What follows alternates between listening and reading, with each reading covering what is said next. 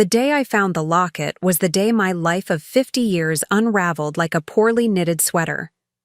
It wasn't in his pocket or hidden in a drawer. It was right there in our garage, in a carved wooden box I'd never seen before, alongside birth certificates with our last name on children I'd never met. 50 years of marriage, and I discovered I wasn't Desmond's only wife. I was just the rich one. Before we jump back in, tell us where you're tuning in from, and if this story touches you, make sure you're subscribed, because tomorrow I've saved something extra special for you. I am Thalia Ashworth, daughter of Ambrose Ashworth, founder of Ashworth Eco Resorts. Growing up in Cascadia Bay, I never questioned my place in the world. Our family estate overlooked the Pacific, perched on cliffs that seemed to touch the heavens. My childhood was a procession of sailing lessons, private tutors, and charity galas where I learned to smile and nod at the right moments. Money was like oxygen, essential but never discussed. My father built his fortune on the radical idea that luxury and environmental consciousness could coexist. While other hoteliers slashed forests to build concrete monstrosities, he created sustainable havens that blended with their surroundings. By the time I was 20, Ashworth Eco Resorts dotted coastlines across 3 continents. We weren't just wealthy, we were pioneers, influencers, thought leaders. Never apologize for excellence, my father would say, gripping my shoulders with his weathered hands. But remember, Thalia, true wealth isn't what you have. It's what you protect. At the time, I thought he meant the environment. I didn't realize he was warning me. I met Desmond Merrick during my final year at Briarcliff University. He wasn't like the trust fund boys who pursued me with practiced smiles and rehearsed compliments. Desmond was studying marine engineering on scholarship, and when we first met at the university's annual regatta, he barely noticed me at all. "Excuse me, you're blocking my light," he said, not looking up from the nautical map he was annotating. I remember standing there, stunned. No one spoke to me that way, with complete indifference to my last name. "Do you know who I am?" I blurted out, immediately regretting how entitled it sounded. He finally looked up, pushing his wire-rimmed glasses higher on his nose. His eyes were an unusual shade of amber, almost golden in the afternoon sun. "Should I?" he asked, his voice tinged with amusement rather than contempt. That moment changed everything. For the first time in my life, I was just Thalia. Not an Ashworth, not an heiress, just a girl with windswept hair standing on a dock. I found it intoxicating. Our courtship wasn't quick or flashy. For months we were just friends who discussed marine conservation over coffee. He showed me detailed sketches of underwater habitats he was designing, structures that could support coral regeneration. His passion was magnetic. When he spoke about ocean currents and ecosystem balance, his eyes lit up with a fervor I'd never seen in my social circles. "The ocean doesn't care about your pedigree," he told me once as we walked along the shore. "It only respects those who understand its power and protect its secrets." I thought it was the most romantic thing I'd ever heard. On our first proper date, I suggested Le Cirque, the most exclusive restaurant in town. Desmond countered with a picnic at the lighthouse. We ate sandwiches as the sun set, and he pointed out constellations, naming each star with confidence. Later, I learned he'd memorized them all that afternoon from a library book. When he finally kissed me, I felt the world shift beneath my feet. His lips tasted like salt and possibility. "I think I could fall in love with you," I whispered against his neck. He pulled back slightly, his expression serious. "Don't think, Thalia. No, I don't want to be something you're trying on." That night, as I drove home in my imported convertible, I realized I'd never had to work for anything in my life. But Desmond would require effort, real, honest effort. And somehow that made him more valuable than anything my family's fortune had ever bought me. Of course, my parents were less than thrilled when I brought him home. Desmond wasn't from our world, and he made no effort to pretend otherwise. He discussed engineering concepts with my father without a hint of deference and complimented my mother's art collection with genuine appreciation rather than obligatory flattery.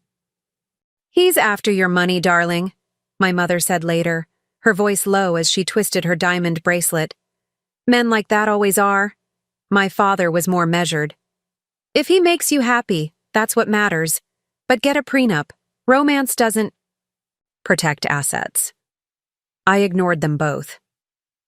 At 23, I knew everything about love and nothing about caution.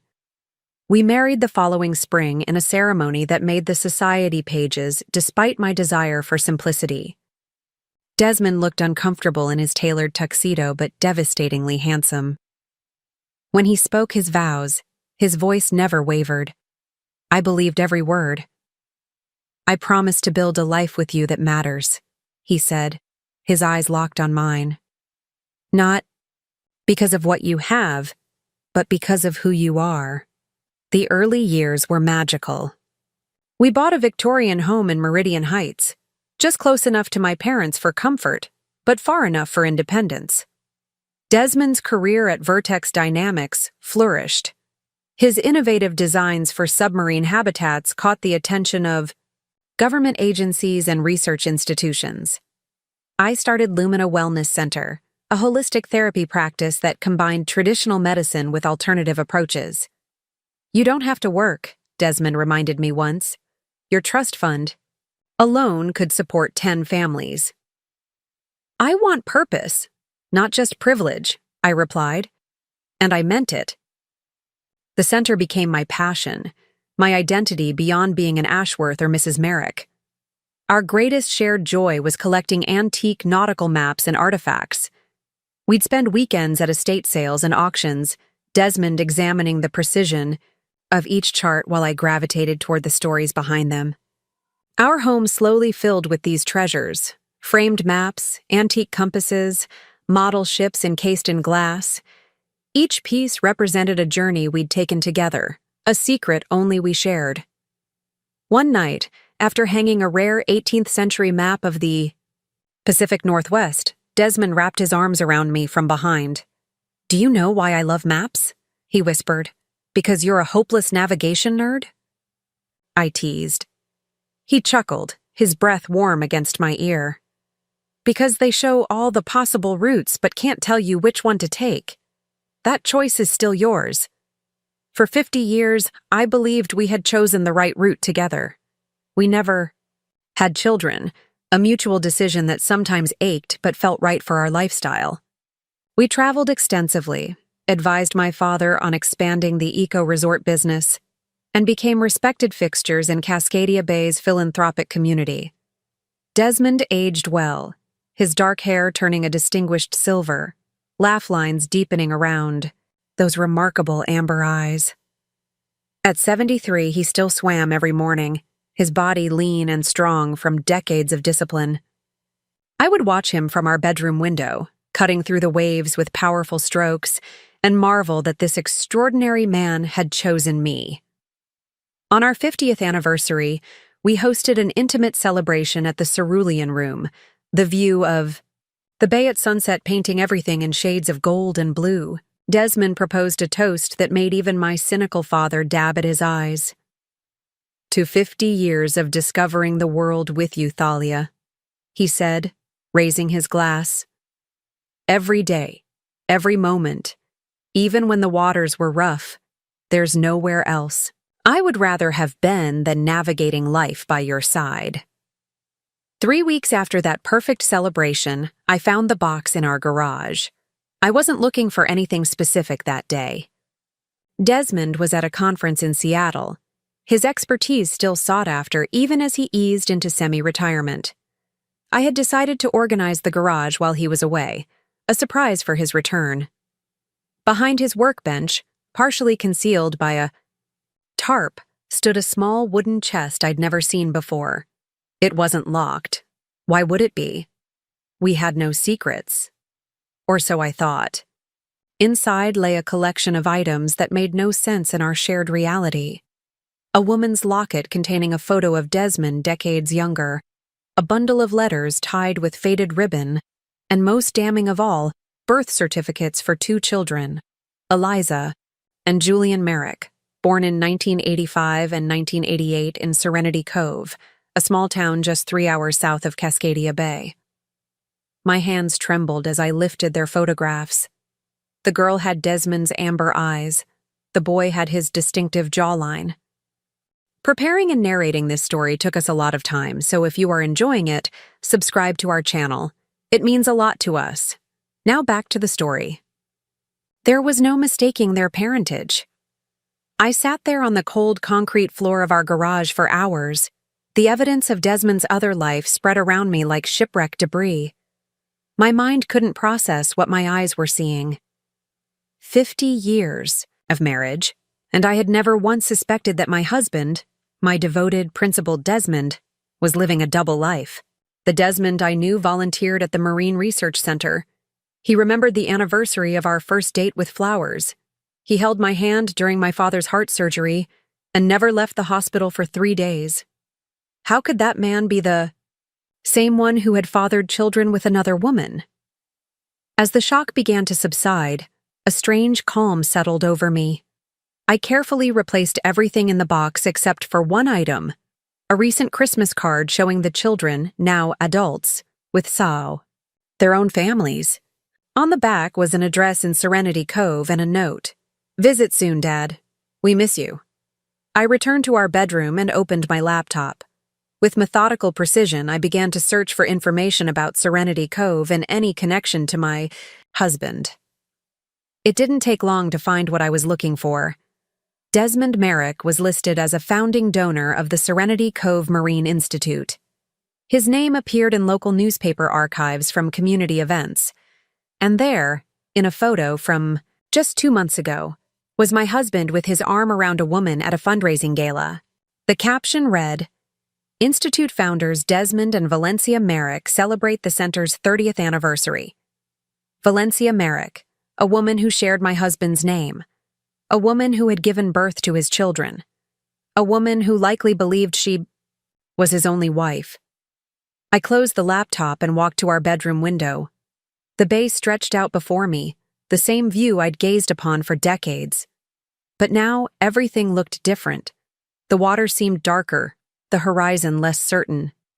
My phone chimed with a text message from Desmond. "Conference running late. We'll be home tomorrow instead. Love you." I stared at those 3 words, "love you," and wondered if they had ever been true. That night, I didn't cry. I didn't scream or break things. Instead, I sat in my reading chair and watched the moon's reflection on the water, turning a single question over in my mind. What does one do when 50 years of marriage turns out to be 50 years of deception? By morning, I knew exactly what I needed to do. I wouldn't confront Desmond immediately. I wouldn't give him the chance to craft clever explanations or beg forgiveness before I understood the full scope of his betrayal.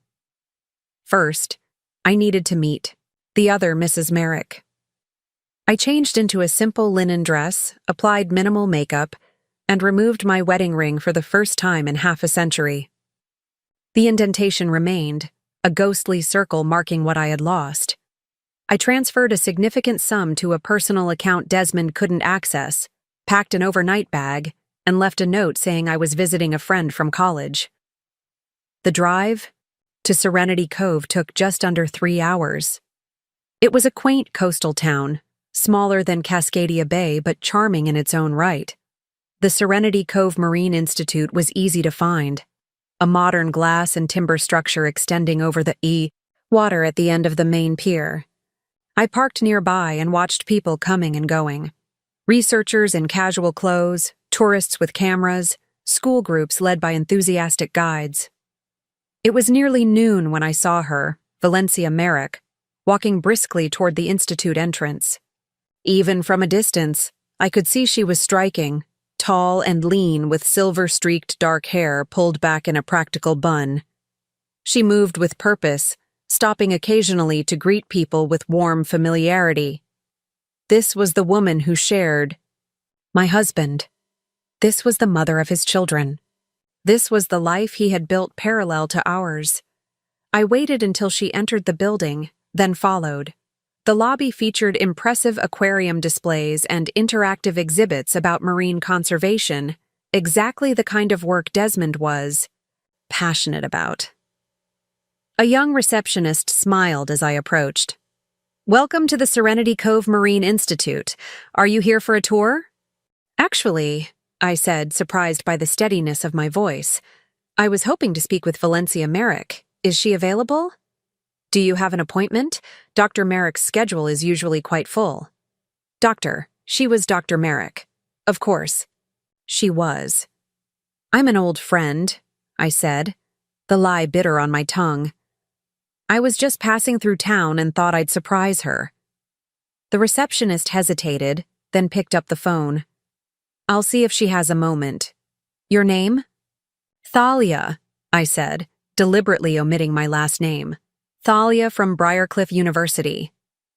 A few minutes later, Valencia Merrick emerged from a corridor, her brow furrowed slightly in confusion. She approached with a polite smile that didn't quite reach her eyes that were dark and intelligent, assessing me carefully. "Hello," she said. "I'm Valencia Merrick. I understand you're a friend from Briarcliff, but I'm afraid I don't recall—" "I'm not from Briarcliff," I interrupted quietly. "I'm from Cascadia Bay. My name is Thalia Merrick. I'm Desmond's wife." The color drained from her face. For a moment, I thought she might faint. Then, composing herself with visible effort, she glanced around the lobby and lowered her voice. "My office, now." I followed her through a labyrinth of corridors to a spacious office overlooking the water. Marine biology textbooks lined the shelves alongside framed photographs. Valencia with Desmond, with their children, with grandchildren I had never known existed. A family portrait from what appeared to be a recent holiday gathering sat prominently on her desk. Desmond was at the center, beaming with pride. Valencia closed the door and leaned against it, as if physically blocking the truth from escaping into the world. "This isn't possible," she finally said. "Desmond and I have been married for 45 years. And so began the most surreal conversation of my life. Two women in their 70s, comparing notes on the man they had both called husband for nearly half a century. Every other month, he travels for conferences and consulting work," Valencia explained, her voice hollow. 2 weeks away, 6 weeks home. It's been our rhythm since the children were small. "He tells me the same," I replied. "Except in my version, it's 2 weeks away, 6 weeks home with me." We sat in silence, the weight of this revelation pressing down on us both. Outside Valencia's office window, the ocean continued its eternal rhythm, indifferent to our pain. "Do you have children?" she finally asked. "No," I answered. He and I, decided against it." A bitter smile crossed Valencia's face. How convenient for him. As the afternoon wore on, we pieced together the intricate architecture of Desmond's deception. He had met Valencia shortly after our marriage, while working on a research project in Serenity Cove. Unlike me, Valencia came from modest means. She had been a brilliant marine biology student working her way through graduate school. "He funded my doctoral research," she explained. "Told me he had family money but wanted to make his own way. Said he was developing underwater habitats and needed a biologist to consult." One thing led to another. 5 years after marrying me, Desmond had married Valencia in a small ceremony by the sea. She never questioned his frequent absences. His work took him all over the world, and she had her own career to build, children to raise. "He gave us a good life," she said, gesturing to the photographs. "He was here for every important moment, birthdays, graduations, holidays. The children adore him." I thought about our childless home in Cascadia Bay, the holidays spent traveling to exotic locations, the freedom we enjoyed without family obligations. Had Desmond planned it all this way? two perfect, separate lives with minimal risk of collision? Did you ever suspect? I asked. Valencia shook her head slowly. There were moments.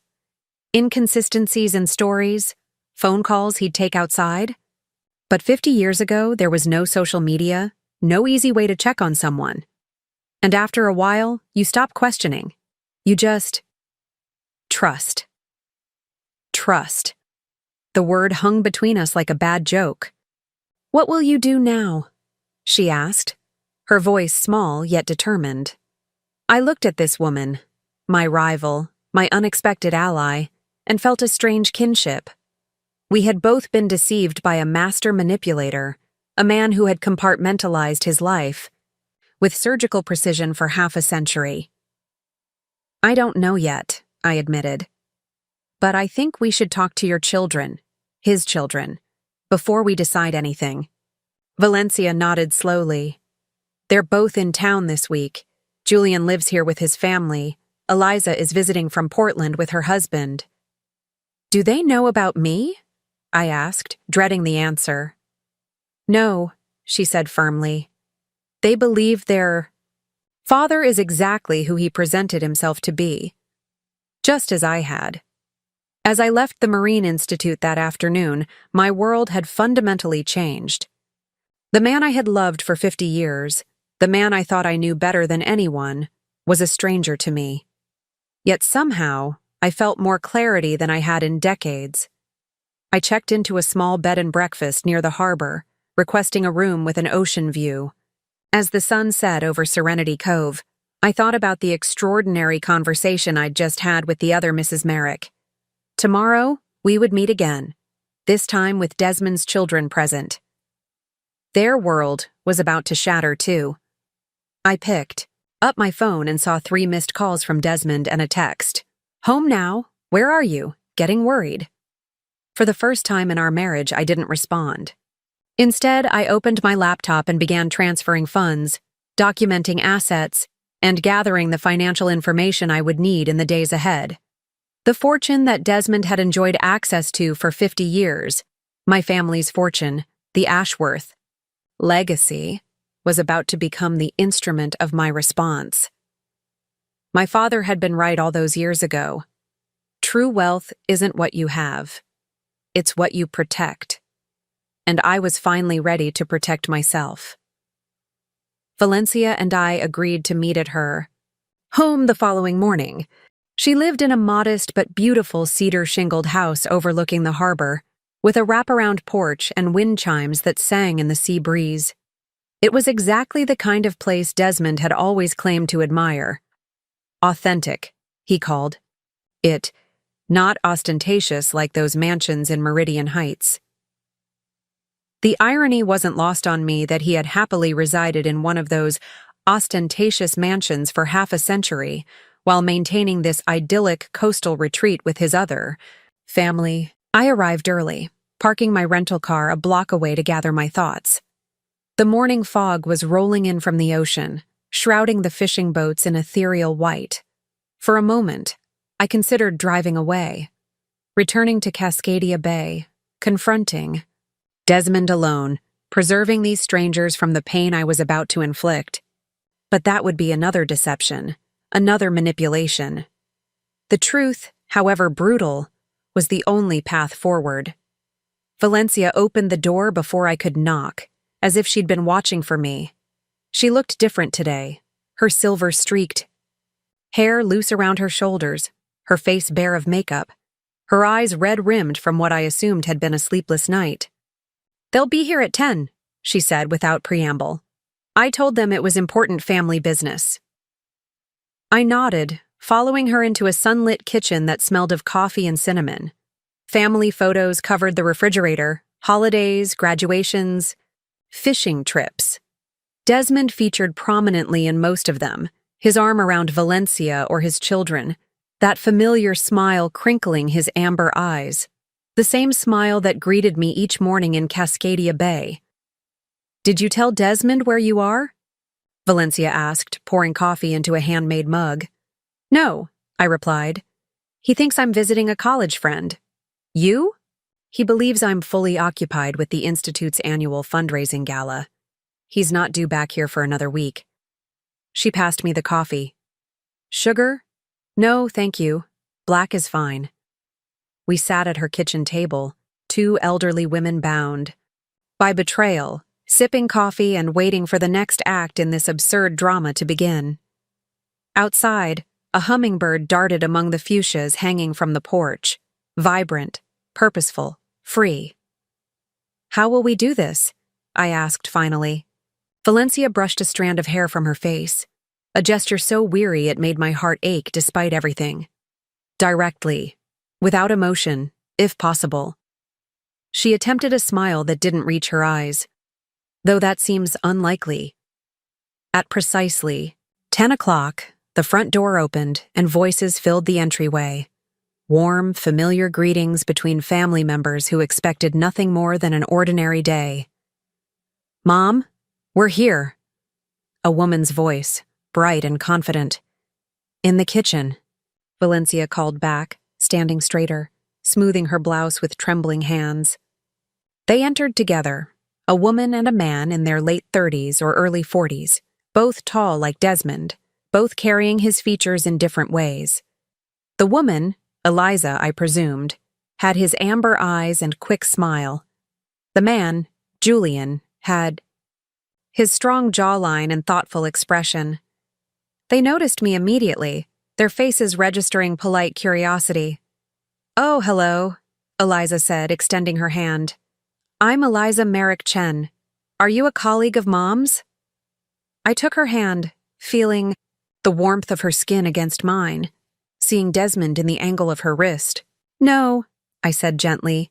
"I'm Thalia Merrick. I'm married to your father." The silence that followed was absolute. Julian froze halfway into a chair. Eliza's hand went slack in mine before she withdrew it sharply. "That's not funny," Julian said, his voice low. "Our parents have been married for 45 years. 45 years, 2 months, and 17 days, I confirmed. Your father married Valencia on June 12, 1980. He married me on April 25, 1975. They turned to Valencia, expecting denial, outrage, anything but the quiet resignation that lined her face. "Mom?" Eliza whispered. "What is this?" Valencia gestured for them to sit. "Please. We need to talk." What followed was a conversation that none of us were prepared for. Valencia and I took turns explaining what we had discovered. The dual lives, the carefully orchestrated absences, the elaborate lies that had sustained 2 parallel marriages for nearly half a century. Julian paced the kitchen as we spoke, occasionally stopping to examine a family photo as if searching for clues he had missed.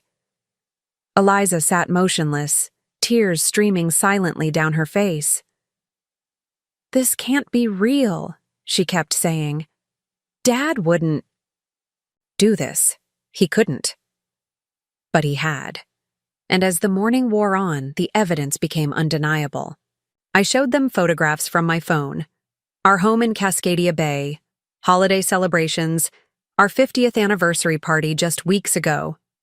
Valencia produced their father's travel schedule for the past year, revealing the perfect alternating pattern between his 2 families.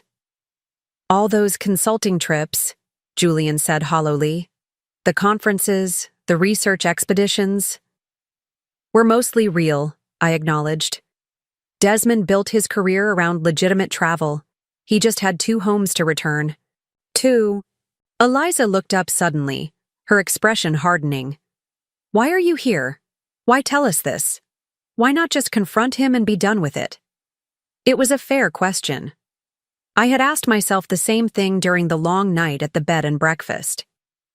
"Because you deserve to know the truth," I said simply. "And because I needed to see who else he had hurt." "Are there other wives? Other families?" Julian asked, his voice strained. Valencia and I exchanged glances. The possibility had occurred to both of us. "We don't know," Valencia admitted. "But I don't think so. The pattern of his absences wouldn't allow for it. Unless he has a third wife who thinks he travels 4 weeks out of every 6, I added dryly. Eliza made a sound somewhere between a laugh and a sob. What happens now? Julian asked, directing the question to both of us. It was the question hanging over all of our heads. What does one do with a 50-year fraud? How do you unravel lives so thoroughly entwined? That's partially why I wanted us all to meet, I said carefully. Whatever actions we take will affect everyone in this room. I thought we should make those decisions together. Valencia nodded slowly. Thalia and I are both legally married. To Desmond. In both states, that makes the second marriage, mine, invalid. No, I interrupted firmly. I don't see it that way. Your marriage has produced children, grandchildren. My marriage, for all its longevity, created only a shared collection of nautical maps and dinner party anecdotes. Legally, you may be right. Morally, I believe your claim is stronger. Eliza stared at me, her amber eyes, Desmond's eyes, widening in surprise. You're not what I expected. No? What did you expect? Someone angrier. Someone looking to take everything away. I smiled sadly. I'm 73 years old, Eliza. I've spent 50 years with a man who divided his heart like a mathematical equation. Anger seems beside the point now. So you're just going to walk away? Julian asked skeptically. I didn't say that. The room fell silent again. Outside, the fog had burned away, revealing a sky of perfect blue.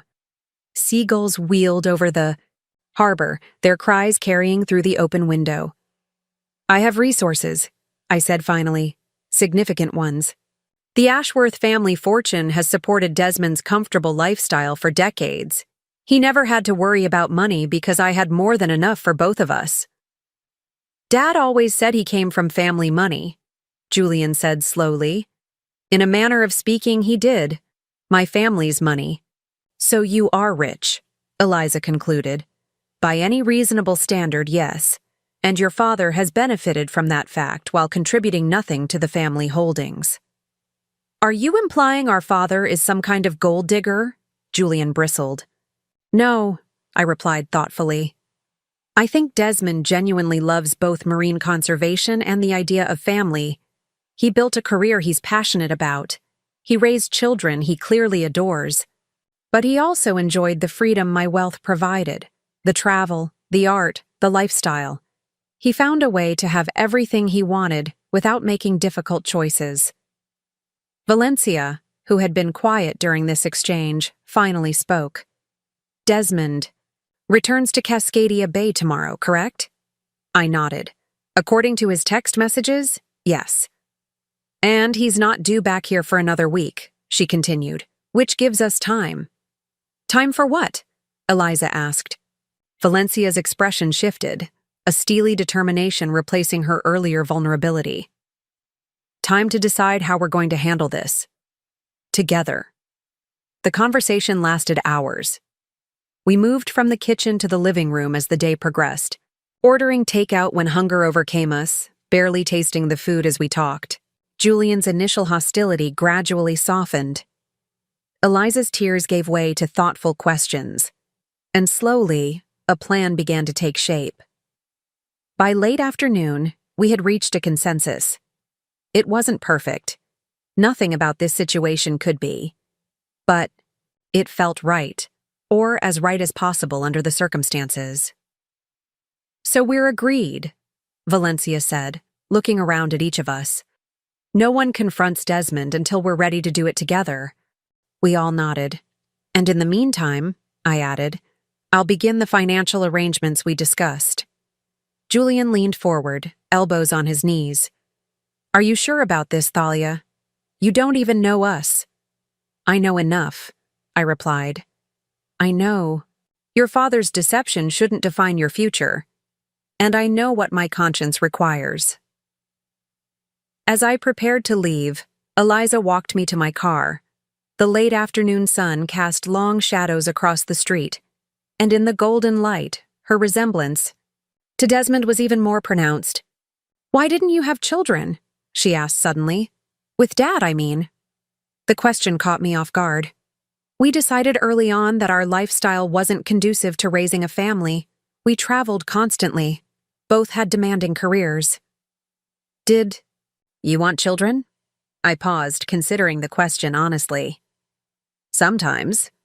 There were moments, watching families at the beach, seeing friends with their grandchildren, when I felt the absence. But Desmond was always so certain it wasn't for us. "Of course he was," Eliza said quietly. "He already had us." I reached out impulsively and squeezed her hand.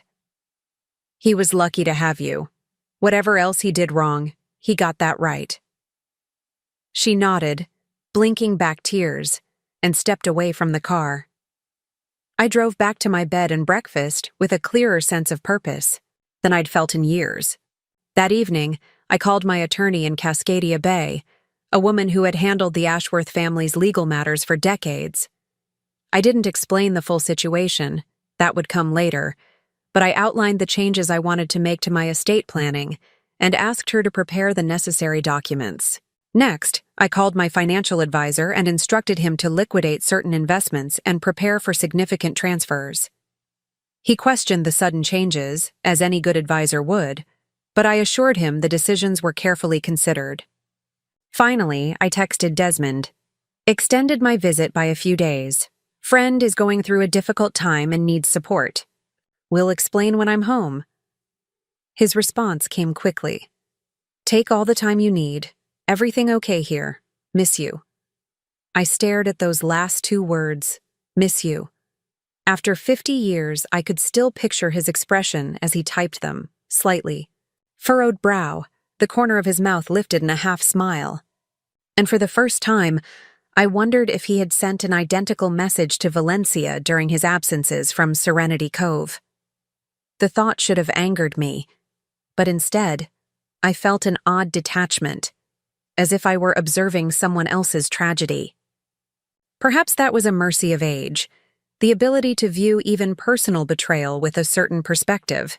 I spent the next 3 days in Serenity Cove, dividing my time between meetings with Valencia and her children, and quiet walks along the harbor. The small coastal town had a charm that Cascadia Bay, with its carefully curated affluence, sometimes lacked. I found myself noticing details: weathered fishing boats, impromptu conversations between locals, children racing wooden sailboats in shallow tidal pools that spoke of authentic community. On my last evening, Valencia invited me to dinner at her home. Julian and Eliza had returned to their respective families, but would be back for the confrontation we had planned for the following week. Valencia served a simple meal of grilled fish and summer vegetables on her porch overlooking the water.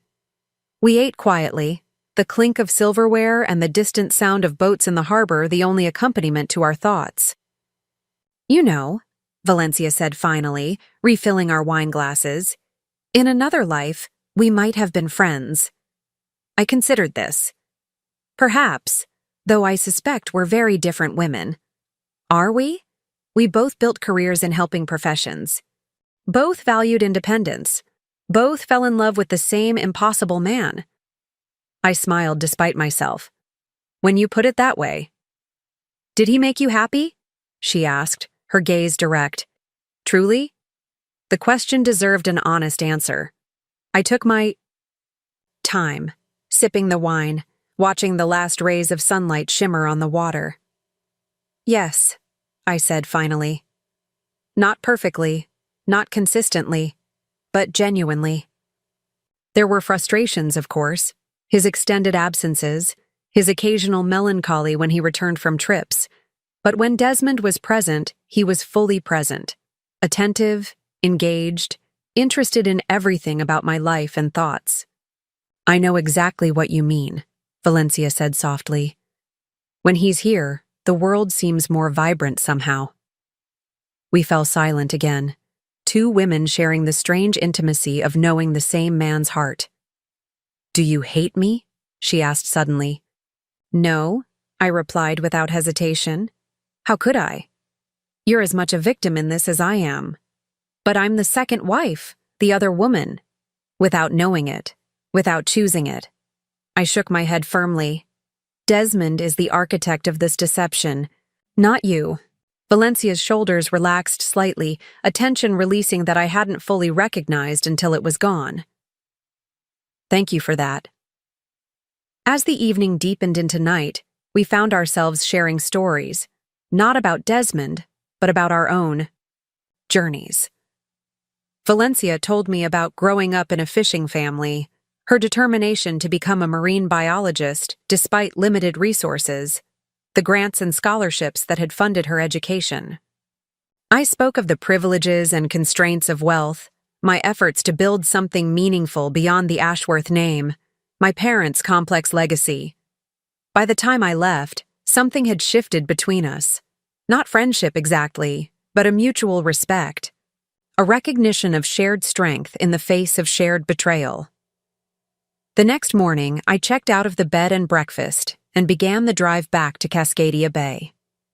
According to our plan, I would return to my normal routine with Desmond, betraying nothing of what I had discovered.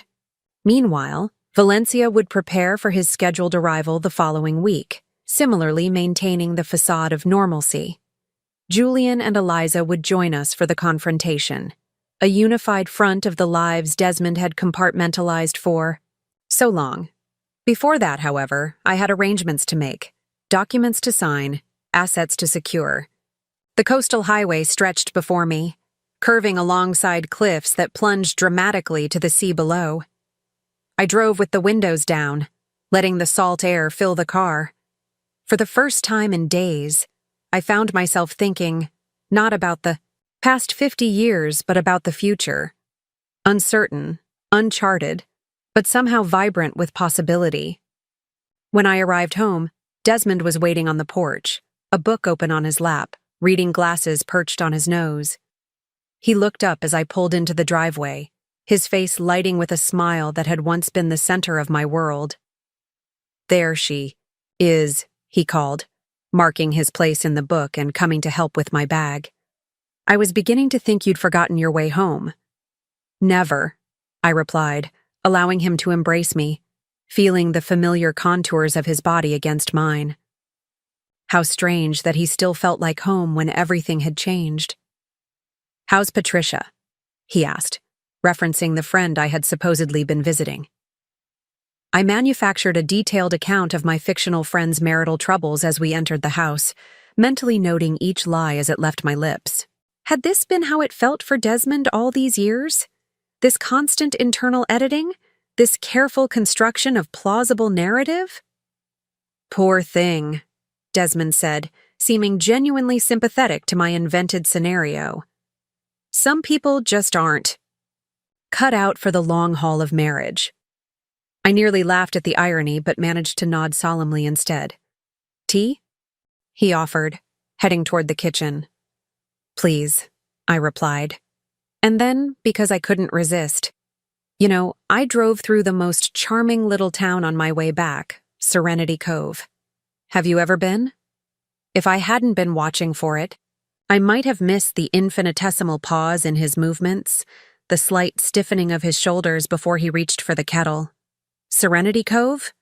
The name sounds vaguely familiar. Might have passed through once for work. Small fishing. Village, isn't it? 50 years of marriage had taught me all of Desmond's tells, the way he tugged at his earlobe when stretching the truth, the subtle shift in his voice when constructing a narrative rather than recounting a memory. They were present now, these micro-expressions of deception, so familiar that I wondered how I had never connected them to larger untruths. It's grown quite a bit, apparently. There's a Marine Research Institute there now. Very impressive facilities. He turned to face me, his expression pleasantly interested but carefully controlled. "Is that so? Well, maybe we should visit sometime. You know how I love anything marine-related." I nodded, smiling as if the suggestion delighted me. "I'd like that. It seemed like the kind of place you'd enjoy." For the next 3 days, we fell into our normal routines.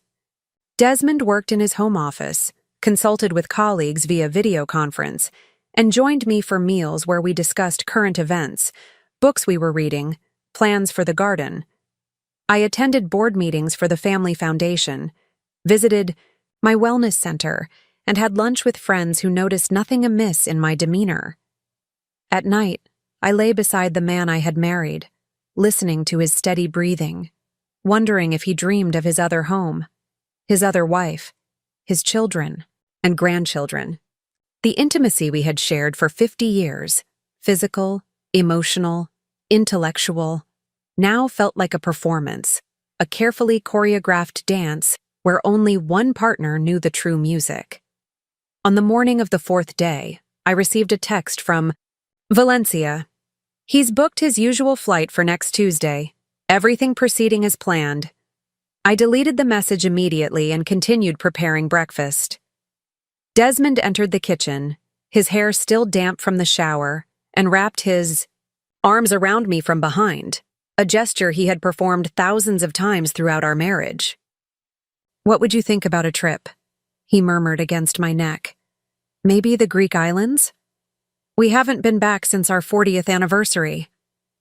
Another vacation where he would be attentive, present, seemingly devoted, until the internal clock that governed his dual lives signaled time to return to Serenity Cove. "That sounds wonderful," I said, turning in his arms to face him. "But I was thinking of something closer to home first. I have some business in Serenity Cove next week. Why don't you come with me?" Alarm flashed across his face before he could suppress it. "Serenity Cove? What business could you possibly have there?" "The Ashworth Foundation is considering funding their marine conservation programs," I improvised smoothly. "I thought you might enjoy seeing their work, given your expertise." Desmond stepped back, running a hand through his silver hair. Another tell, this one signaling anxiety. "Next week might be difficult. I have that conference in Boston, remember?" "Ah, of course," I said, as if I had forgotten. "The conference. When do you leave again?" "Tuesday morning, back the following week." I nodded thoughtfully. "Well, perhaps another time then." He visibly relaxed. "Definitely. Maybe after Boston, now about those Greek islands." We spent the weekend in domestic tranquility. On Saturday, we attended a gallery opening for a local artist, chatting with acquaintances who commented on how well we looked, how enviable our relationship remained after all these years. On Sunday, we walked along the bay, Desmond pointing out technical aspects of passing sailboats, his knowledge of maritime matters still impressive after decades in the field. If I hadn't known the truth, I would have believed completely in the life we presented, the devoted couple, still engaged with each other and the world, aging gracefully together. It was a beautiful fiction, crafted over half a century with meticulous attention to detail. Monday morning, I had an appointment with my attorney to sign the documents she had prepared according to my instructions. Desmond kissed me goodbye as I left, reminding me that he would be packing for Boston that evening. "Don't wait up," he said. "You know how I get before travel, checking and rechecking everything." I smiled, recognizing another familiar pattern. Desmond always created distance before his departures, emotional space that made the physical separation less noticeable. "I understand," I replied. "I have calls to make tonight anyway." At the law firm, I reviewed the documents carefully before signing. My attorney, Elena Vasquez, watched with professional concern. "Are you certain about these changes, Thalia? They represent a significant restructuring of your estate." "I've never been more certain," I assured her. "The foundation will continue its work. My affairs will be in order, and certain. Inequities will be addressed." She nodded, still looking troubled. "And Desmond? He's aware of these modifications?" "He will be," I replied simply. "Very soon." By the time I returned home, Desmond had finished packing. His suitcase stood by the door, his travel documents neatly arranged on the entry table. He was in his study making final notes on a presentation he would supposedly be delivering in Boston. "All set for tomorrow?" I asked, leaning against the doorframe.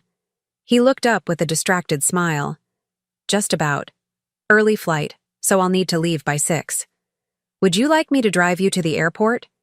No need to disrupt your morning. I've arranged a car." Of course he had.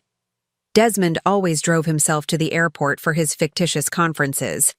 The rental car company near the airport would have a vehicle waiting for him, one he would drive not to Boston, but to Serenity Cove, where Valencia believed he was returning from legitimate business travel. "Well then," I said softly, "I suppose we should have a proper goodbye." I crossed the room and perched on the edge of his desk, something I had done countless times throughout our marriage. Desmond set aside his papers and took my hands in his expression tender. "It's only a week, my dear. I'll be back before you know it." "Will you?" I asked, studying his face. The face I had woken up to for 50 years, the face that had apparently learned to lie without consequence. He tilted his head slightly, puzzled by my tone. "Of course. Don't I always come back to you?" I smiled, gently extracting my hands from his. "Until tomorrow, then." That night, as Desmond slept beside me for what would be the last time, I lay awake watching the moonlight pattern our bedroom ceiling. I thought about the young woman I had been 50 years ago, so certain of her choices, so confident in her understanding of love. I thought about Valencia, who had built her own life of purpose and meaning despite the same deception. I thought about Eliza and Julian, who would soon confront a father they thought they knew. And finally, I thought about Desmond, the man who had somehow convinced himself that dividing his life in two was an act of love rather than betrayal. Had there been moments of guilt? Flashes of clarity when he recognized the magnitude of his deception? Or had he simply compartmentalized so effectively that each life felt complete and justified on its own terms? In the morning, I would begin the journey back to Serenity Cove, taking a different route than Desmond, but arriving at the same destination. Whatever happened next would forever alter the carefully constructed reality of the past 50 years. But as I finally drifted toward sleep, I felt not dread but a curious lightness. The truth, however painful, was preferable to the most beautiful lie. And in that truth lay the possibility of something I had not anticipated when I first opened that wooden box in our garage, freedom. Morning came with an unusual clarity. I watched Desmond from the bedroom doorway as he moved through his departure routine, checking his wallet, securing his watch, adjusting his collar in the hallway mirror. Each gesture was familiar, yet now tinged with deception. He'd performed this same choreography countless times over 5 decades, always with the same calm efficiency, always with the same underlying falsehood. "You're up early?" he remarked, catching my reflection in the mirror. "Couldn't sleep?" "Just wanted to see you off," I replied, keeping my voice light. "Have a productive conference." He turned to face me, his amber eyes crinkling at the corners, as he smiled. "I'll call when I land in Boston." Another lie, delivered with perfect sincerity. He would call, certainly, but from a rental car traveling north along the coastal highway to Serenity Cove. "Safe travels," I said, accepting his kiss on my cheek, breathing in the scent of his aftershave, sandalwood and citrus, the same fragrance I had given him for our 10th anniversary. I stood at the window watching as the car service arrived, as Desmond loaded his suitcase into the trunk, as he gave a final wave before sliding into the back seat. The morning sun caught his silver hair, illuminating it like a halo. Even now, after everything, I could acknowledge his handsomeness, the dignified grace of his bearing. Once the car disappeared around the bend, I moved with purpose. I had given myself exactly 1 hour before beginning my own journey. First, a call to my assistant at Lumina Wellness Center, explaining that I would be away for the week on family business. Next, a text to Valencia confirming Desmond's departure. Finally, I retrieved my own packed suitcase from the guest room closet and placed it by the front door. Before leaving, I walked slowly through our home, the home we had shared for 50 years. The nautical maps that lined the hallway, each representing a piece of our shared history, the antique telescope in the study, positioned to capture the perfect view of the bay, the kitchen where we had prepared countless meals together, Desmond, always precise in his measurements, me more intuitive in my approach. In our bedroom, I opened his closet, running my fingers along the row of tailored suits, casual linen shirts, and the collection of sweaters I had given him over the years. On impulse, I selected one, a cable knit cardigan in deep navy that he particularly favored, and added it to my suitcase. A token, perhaps, of the life we had built, however illusory it might have been. At precisely 8:30, I locked the front door and placed my suitcase in the trunk of my own car. I had chosen to drive rather than fly, wanting the time alone to prepare, mentally, for what lay ahead. The coastal highway stretched before me, the same route Desmond would be taking in his rental car later that day.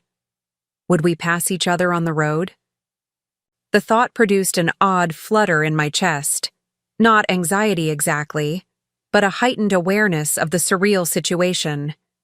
Two cars traveling the same highway, carrying a husband and wife bound for the same destination, but occupying entirely different realities. My phone rang as I merged onto the highway.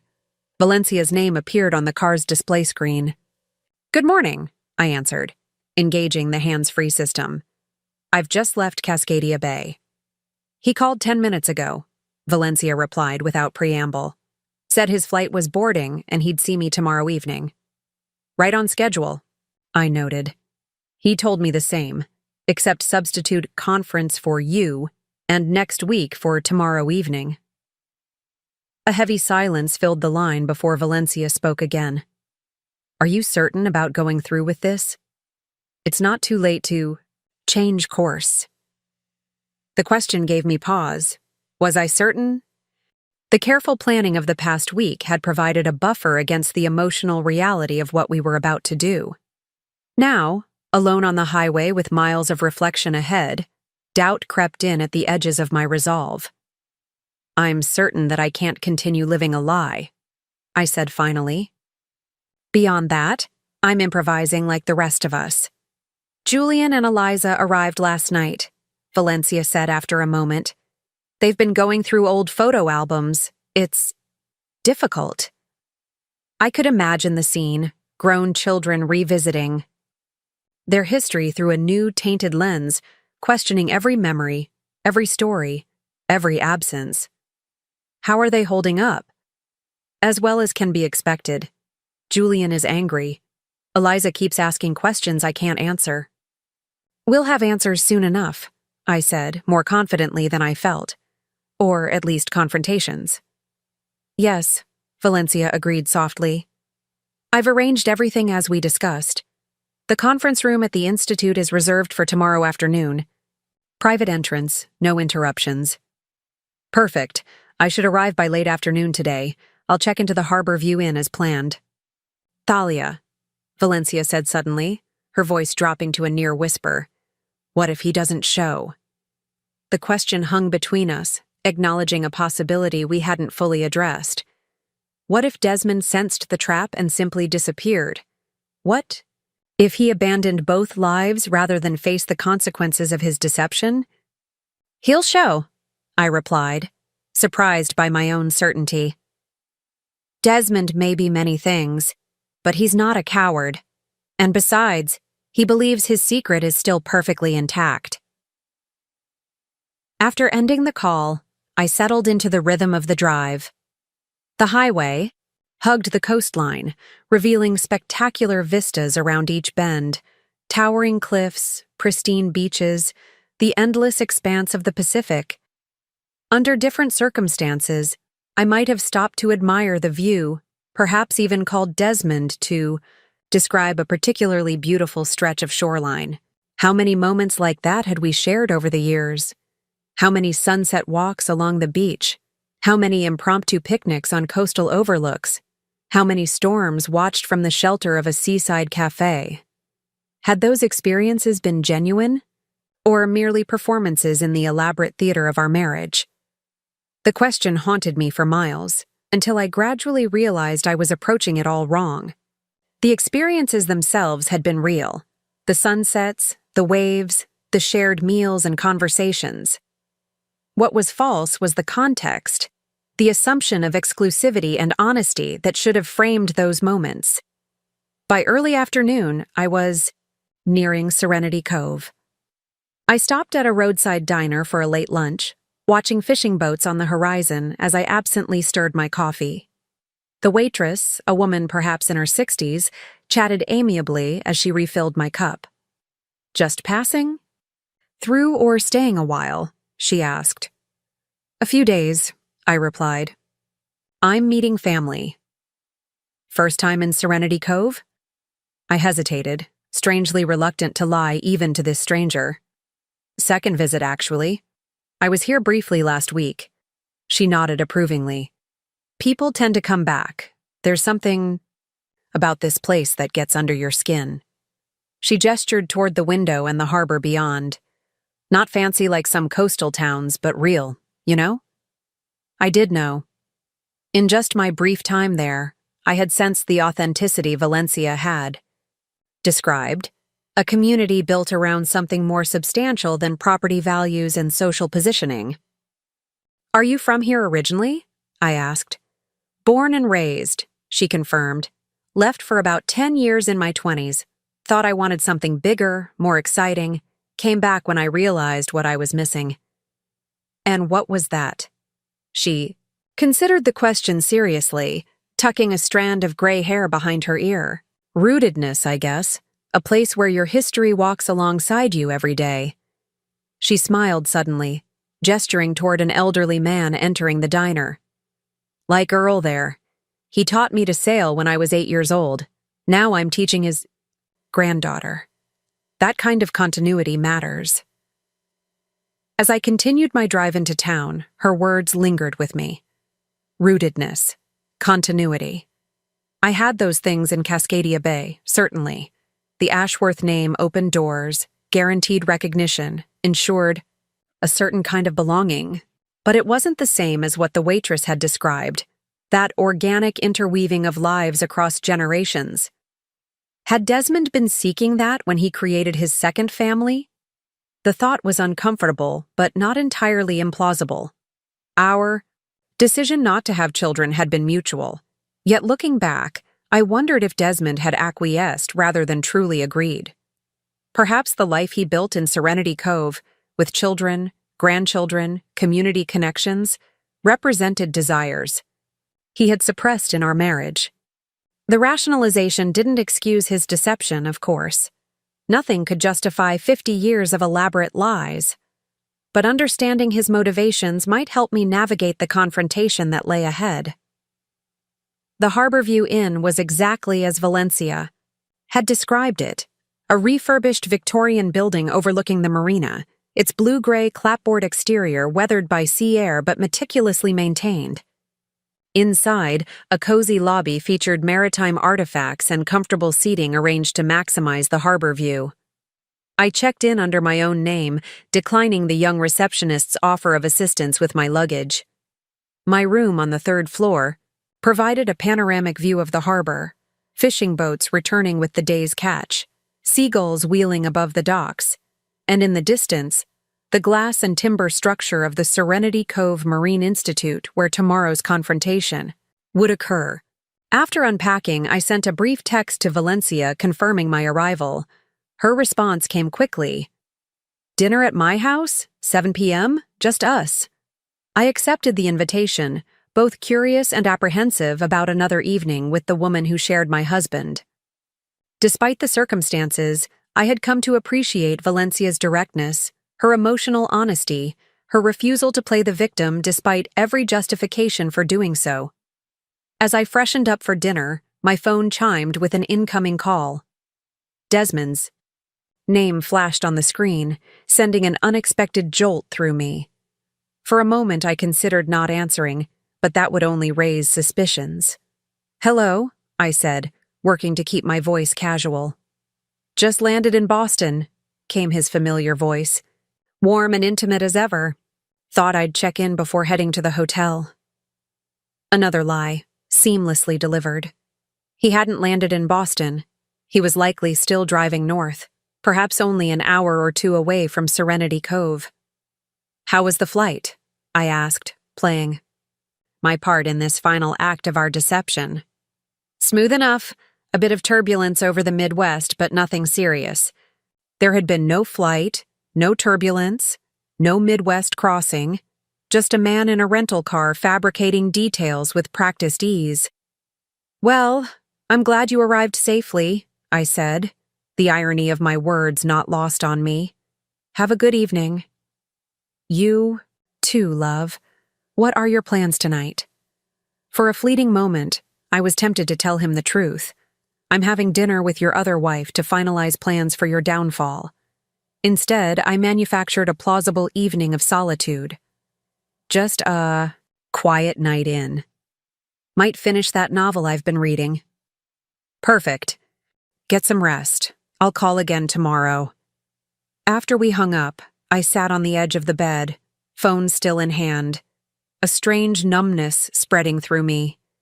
50 years of such calls, 50 years of casual deceptions woven into the fabric of our communication.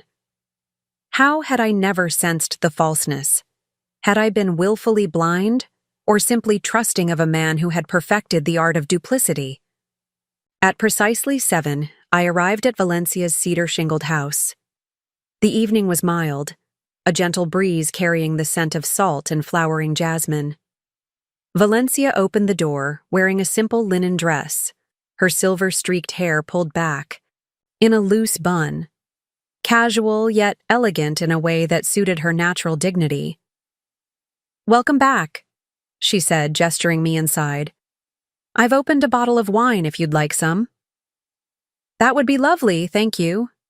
We moved to the kitchen where Valencia had prepared a simple meal. A salad of local greens, crusty bread, and a steaming pot of what smelled like cioppino, the Italian-American fisherman's stew. "Hope you like seafood," she said, ladling the fragrant stew into bowls. "It's a specialty here." "It smells wonderful," I assured her. "Desmond and I often." "Well, he enjoys seafood as well." An awkward silence fell at the mention of his name. Valencia handed me a glass of wine, her expression thoughtful. "It's strange, isn't it? Having these parallel experiences with the same man." I nodded, taking a sip of the crisp white wine. "Like we've been living in adjacent universes that suddenly collapsed into one." "Exactly." She carried our bowls to the table on the porch, where the setting sun cast a golden glow over the harbor. Julian asked me earlier if I thought Desmond loved us both equally, as if that would somehow make it better. "What did you tell him?" Valencia settled into her chair, considering the question. "That love isn't quantifiable, that whatever Desmond felt for either of us was complicated by his own deception, that in the end it doesn't really matter. The betrayal overshadows everything else." "Wise answer," I murmured. "Not wise enough to have seen through him for 45 years, she replied wryly. We ate in companionable silence for a few minutes, the only sounds the clink of spoons against bowls and the distant call of seagulls. The stew was delicious, rich with tomatoes, wine, and a variety of seafood that spoke of local harvesting, rather than commercial sourcing. "Did you make this?" I asked. Valencia nodded. "My father's recipe. He was a fisherman before the arthritis got too bad. Taught me everything about selecting seafood, preparing it properly." "It's wonderful," I said sincerely. "In another lifetime, you could have been a chef." She smiled, the compliment clearly pleasing her. "In another lifetime, I might have been many things. But I've never regretted my choices. Marine biology, motherhood, this town." She paused, swirling her wine thoughtfully. "Just my choice of husband." Same, I admitted. Though I wonder sometimes if I would have accomplished more without Desmond and the comfortable life we built. It's easy to grow complacent when you have everything you think you want. And now? Valencia asked. What do you want now, Thalia? The directness of her question took me by surprise. What did I want? Revenge? Justice? Freedom? Some combination of all three? Honestly, I'm not entirely sure, I replied. Closure, I suppose. And then, space to reimagine the next chapter of my life. I'm 73, not dead. There might still be adventures ahead. Valencia raised her glass in a toast. 2 unexpected new chapters. I clinked my glass against hers. And to facing the truth, however uncomfortable. As the sky darkened and stars emerged above the harbor, we continued talking. Not about Desmond now, but about ourselves. Valencia described her early research on kelp forest ecosystems, her struggles to be taken seriously as a female scientist in the 1970s, her pride in establishing the Marine Institute that had become her legacy. I shared stories of launching Lumina Wellness Center, navigating the complexities of the Ashworth family business, finding purpose beyond the privileges of inherited wealth. By the time I left around 10 o'clock, I felt an unexpected kinship with this woman who had every reason to see me as an adversary. Despite the bizarre circumstances of our connection, we had found common ground in our responses to betrayal. Not vengeful destruction, but measured recalibration, a determination to salvage dignity and purpose from deception. Back at the Harborview Inn, I found sleep elusive.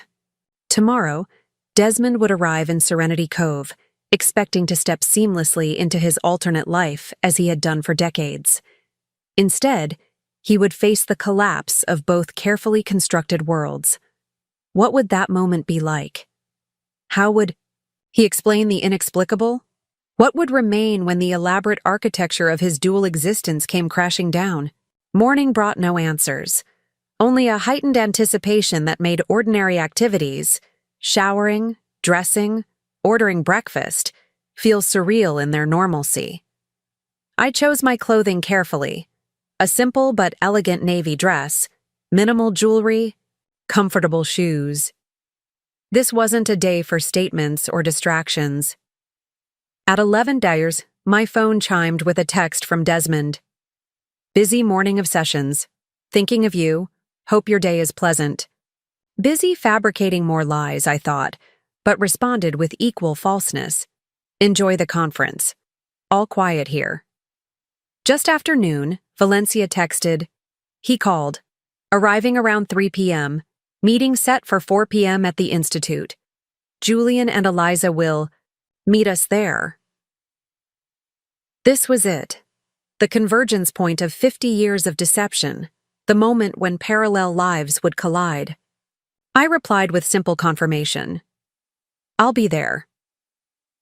I spent the intervening hours walking along the harbor, observing the rhythm of life in Serenity Cove.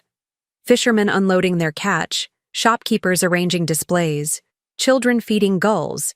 Along the pier, life continuing in its ordinary patterns, oblivious to the personal earthquake about to shake my world. At 3:30, I made my way to the Serenity Cove Marine Institute, following Valencia's instructions to enter through a side door that led directly to the administrative wing. A young assistant greeted me and escorted me to a conference room where Valencia, Julian, and Eliza were already waiting. The atmosphere was tense, expectant. Julian paced near the windows, his movements reminding me forcibly of Desmond when agitated. Eliza sat rigidly at the conference table, fingers tapping an irregular rhythm on its polished surface. Valencia stood beside a credenza where coffee and water had been arranged, her posture betraying the strain of the moment, despite her composed expression. He's on his way, she said as I entered. Called from the rental car about 20 minutes ago. Julian turned from the window, his face tight with suppressed emotion. Are we really doing this? Ambushing him like this? What would you suggest instead? Eliza asked sharply. A friendly family dinner where we casually mention, "Oh, by the way, Dad, we've discovered you've been living a double life for half a century?" I'm just saying there might be a less confrontational approach, Julian argued. Something that allows him some dignity. Dignity? Eliza's voice rose. He forfeited that right when he decided to maintain two separate families for decades. Valencia stepped forward, placing a calming hand on her son's arm. I understand your concern, Julian. But this isn't an ambush. It's a reckoning. Your father made choices that affected all of us profoundly. We deserve the opportunity to face him together, to hear whatever explanation he might offer. Julian subsided, though his expression remained troubled. I moved to the conference table, selecting a seat that would allow me to observe both the door and everyone's reactions when Desmond entered. Do we have a plan for how this conversation will proceed? I asked, my practical nature asserting itself even in this emotional maelstrom. Valencia nodded. I thought I would speak first, since he's expecting to see me. Then perhaps you, Thalia, and finally the children if they wish. Beyond that initial structure, I think we need to remain flexible. This isn't a situation any of us has navigated before. A heavy silence descended on the room, broken only by the muted sounds of the Institute continuing its normal operations beyond the closed door. The minutes stretched, tension building with each passing moment. I found myself studying the framed photographs on the wall, marine ecosystems captured in vivid detail, several bearing plaques acknowledging Desmond's contributions to the research. At precisely 4:05, footsteps sounded in the hallway. All of us froze, eyes fixed on the door. A light knock, then the handle turned, and Desmond Merrick, my husband of 50 years, stepped into the room. He was impeccably dressed as always, in the casual but refined style he favored for Serenity Cove. Linen trousers, a light sweater over a button-down shirt, loafers well worn but polished. His silver hair was slightly windblown, his amber eyes warm with anticipation as they found Valencia. Sorry, I'm a few minutes late. Traffic was... His words died abruptly as his gaze swept the room, registering Julian and Eliza before finally landing on me. The blood drained from his face, leaving it ashen beneath his tan. For a long moment, he stood absolutely still, one hand still on the door handle, as if contemplating immediate flight. Thalia, he finally managed, her name emerging as barely, more than a whisper. What are you doing here? The simple question, so inadequate to the moment, might have been comical under different circumstances. As it was, it served only to highlight the surreal nature of our situation. Hello, Desmond, I replied, my voice steadier than I had anticipated. I believe we're all here for the same reason, to understand how one man managed to maintain two separate lives for 50 years without either family suspecting the truth. His eyes darted between Valencia and me, then to his children, clearly calculating, assessing, searching for a strategy. It was a look I had seen before, when challenging. Business situations arose when difficult conversations loomed, but never with this edge of desperation. I can explain, he began, then stopped, seeming to recognize the absurdity of those words in this context. Can you? Valencia asked quietly. Can you really explain deceiving two women for nearly half a century? Creating children with one while telling the other you didn't want a family? Building entirely separate lives in towns just hours apart? Desmond closed the door behind him, the soft click somehow final, sealing us all into this moment of reckoning. He moved into the room on unsteady legs, stopping several feet from the conference table, maintaining distance from all of us. I never meant to hurt anyone, he said, the words emerging with apparent sincerity despite their hollowness. Yet here we all are, Julian observed, his voice tight with controlled anger. Hurt, betrayed, questioning every memory, every story, every moment we thought was real. Desmond turned to his son, pain evident in his expression. Julian, you have to believe me. Everything with you and Eliza, with your mother, it was real. My love for all of you is genuine. And what about your love for Thalia? Eliza demanded. Was that genuine too? How does that work exactly, Dad? Loving two women simultaneously while lying to both? Desmond's shoulders slumped, the confident posture he had maintained throughout his adult life seeming to collapse from within. He looked suddenly older, diminished, the weight of his deception physically manifesting. Please, he said, gesturing vaguely toward the chairs. May I sit? This isn't a conversation I ever expected to have, but if we're going to have it, perhaps we could all sit down. It was such a reasonable request, so characteristic of the Desmond I knew, always seeking to civilize difficult moments, to impose order on chaos. Despite everything, I found myself nodding, and the others followed suit, taking seats around the conference table like participants in the world's most dysfunctional board meeting. As Desmond settled into a chair opposite mine, our eyes met. Across the polished expanse of the table. For 50 years I had looked into those amber depths, believing I knew the man behind them. Now I searched for some hint of the person he truly was, the architect of this elaborate deception, the husband who had shared my bed and another woman's with equal commitment, the man who had constructed a life so compartmentalized that it had taken 5 decades to unravel. I'm listening, Desmond, I said quietly. We all are. If you can explain, now is the time. He drew a deep breath, his gaze moving from face to face around the table, lingering on each of us as if memorizing features he feared he might never see again. Then, with a resignation that seemed to settle over him like a heavy cloak, Desmond Merrick began to speak. I never planned for any of this to happen. Desmond's opening words hung in the conference room air, met with silence from the 4 of us seated around the table. His hands trembled slightly as he placed them flat on the polished surface, as if trying to anchor himself to something solid amid the emotional chaos. It began innocently enough, he continued, his voice steady despite his obvious distress. Thalia and I had been married for 5 years when I first came to Serenity Cove for a research project. The marine ecosystems here were relatively unstudied. Then, and the data was crucial for a habitat restoration program I was developing. He glanced at Valencia, whose face remained impassive. I met Valencia at the University Extension Office. She was brilliant, passionate about marine conservation in a way few people were back then. We worked together for weeks before things changed between us. You mean before you decided to seduce her while concealing the fact that you already had a wife, I said, unable to keep the edge from my voice. Desmond winced but didn't deny it.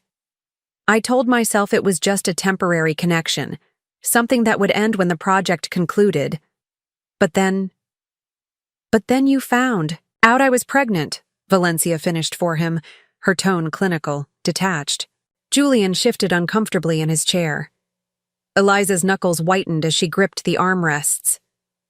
Yes, Desmond admitted, his gaze dropping to the table. When Valencia told me about the pregnancy, I panicked. I should have been honest then, with both of you. Instead, I convinced myself there was another solution. A solution where you kept both women, both lives, both identities, I said. How convenient for you. Desmond looked up, meeting my eyes directly for the first time since entering the room. It wasn't about convenience, Thalia. I loved you. Our life together, the foundation we'd built. I couldn't bear to destroy that. But I also couldn't abandon Valencia or my unborn child. So, instead of making a difficult choice, you chose not to choose at all, Julian interjected, his voice tight with restrained anger. You created an elaborate system of lies that lasted half a century. How did you even manage it logistically? Eliza asked, leaning forward. 50 years of juggling two separate lives without either family discovering the truth. It seems impossible. A shadow crossed Desmond's face. Not guilt exactly, but something adjacent to it. Professional pride, perhaps, in the intricacy of his deception. My work provided the perfect cover, he explained. Marine engineering projects took me all over the world. No one questioned when I was away for weeks at a time. I established a consulting business that allowed me to control my own schedule. I maintained separate communications for each life, different phones, different email accounts. Different stories, I added. Different versions of yourself. Desmond nodded slowly. In the beginning, it was exhausting, keeping track of what I'd told to whom, making sure there were no inconsistencies.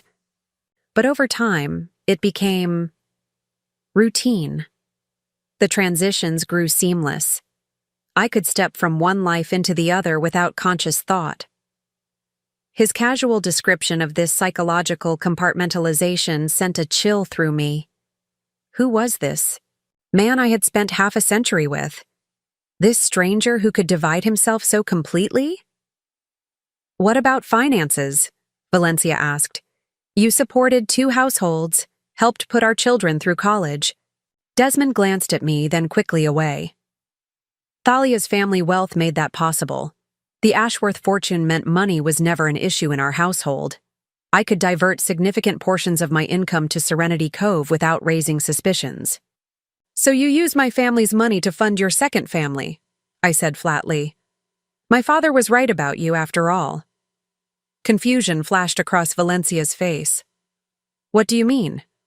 My father warned me before our wedding that Desmond might be after my money. I defended you vehemently, I said, addressing Desmond directly. I told him you weren't like that you loved me for myself, not my inheritance. I did love you for yourself, Desmond insisted, reaching across the table as if to take my hand before thinking better of it. The money just made everything else possible. His words landed like a physical blow, not a denial, but a confirmation that financial calculation had indeed factored into his deceptions. Did you ever consider ending one of these relationships? Eliza asked, her voice smaller now, vulnerable. Was there ever a moment when you thought about choosing? Desmond's expression softened as he looked at his daughter. There were moments, yes, times when the weight of the deception felt unbearable. But by then, the consequences seemed impossible to face. How could I suddenly tell either of you that our entire relationship had been built on lies? What would that do to you? To Julian? To Thalia?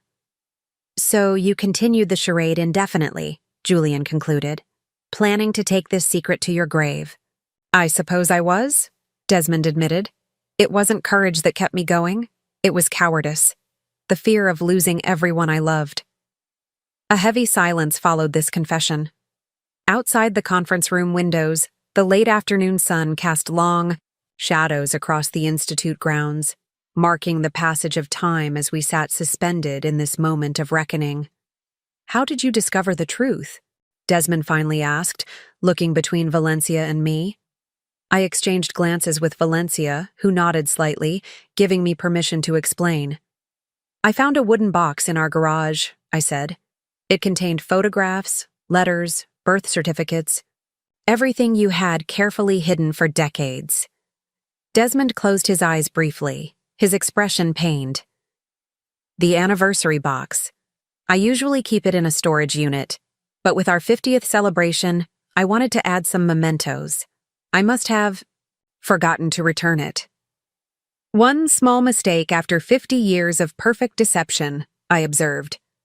Impressive in its way. What happens now? Desmond asked, his gaze moving between the 4 faces confronting him.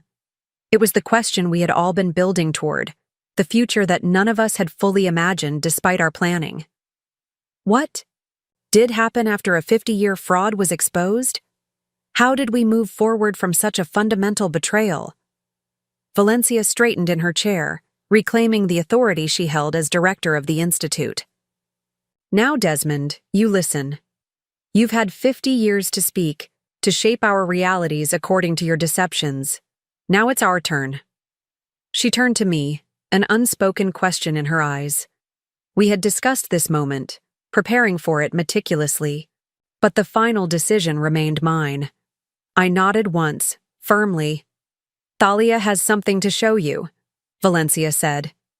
I reached into my bag and removed a leather portfolio containing the documents my attorney had prepared. Sliding them across the table to Desmond, I watched as he opened the folder with visible trepidation. "What is this?" he asked, scanning the first page.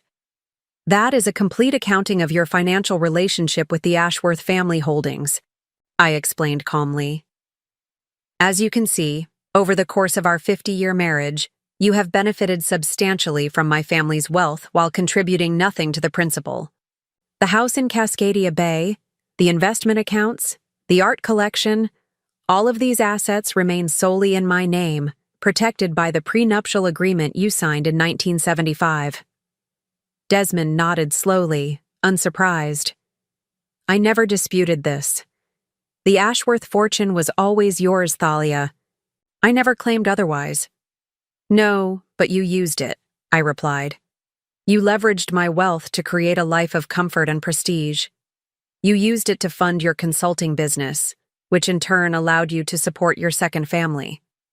You enjoyed the connections, the opportunities, the freedom that came with being married to an Ashworth."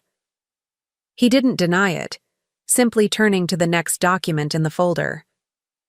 "This," I continued, "is a revised estate plan that I've recently implemented. As you'll see, I've established a trust for Valencia and your children that will provide for their financial security moving forward. A portion of the Ashworth Foundation has been redirected to fund marine conservation efforts in Serenity Cove, ensuring the Institute's work will continue in perpetuity." Desmond looked up sharply, genuine shock registering on his face for the first time. "You're giving money to Valencia and the children? Why would you do that?" "Because they are innocent victims of your deception, just as I am," I said simply. "And because I have the means to ensure they don't suffer financially from the collapse of this house of cards you've built." Valencia's expression remained carefully neutral, but I caught the slight relaxation of her shoulders. Relief, perhaps, that this aspect of our plan was proceeding as discussed. "That's remarkably generous," Desmond said cautiously, as if suspecting a trap. "It's not generosity, it's justice," I corrected him. "For 50 years, you've diverted resources from one family to another. I'm simply legitimizing what you've done in the shadows." Desmond continued reading, his expression growing increasingly troubled as he turned to the final document. "Divorce papers," he said flatly. "Already prepared." "Already filed," I corrected. "My attorney submitted them yesterday. Given the circumstances, I don't anticipate any challenges from the court." Eliza leaned forward. "What about our parents' marriage?" she asked, looking between Valencia and Desmond. "Legally speaking, I mean." Valencia answered before Desmond could respond. "As Thalia mentioned earlier, my marriage to your father was never legally valid since he was already married. In the eyes of the law, you and Julian were born out of wedlock." Julian made a sound of distress, but Valencia continued steadily. "However, Thalia's attorneys have included provisions that protect your legal rights as Desmond's acknowledged children.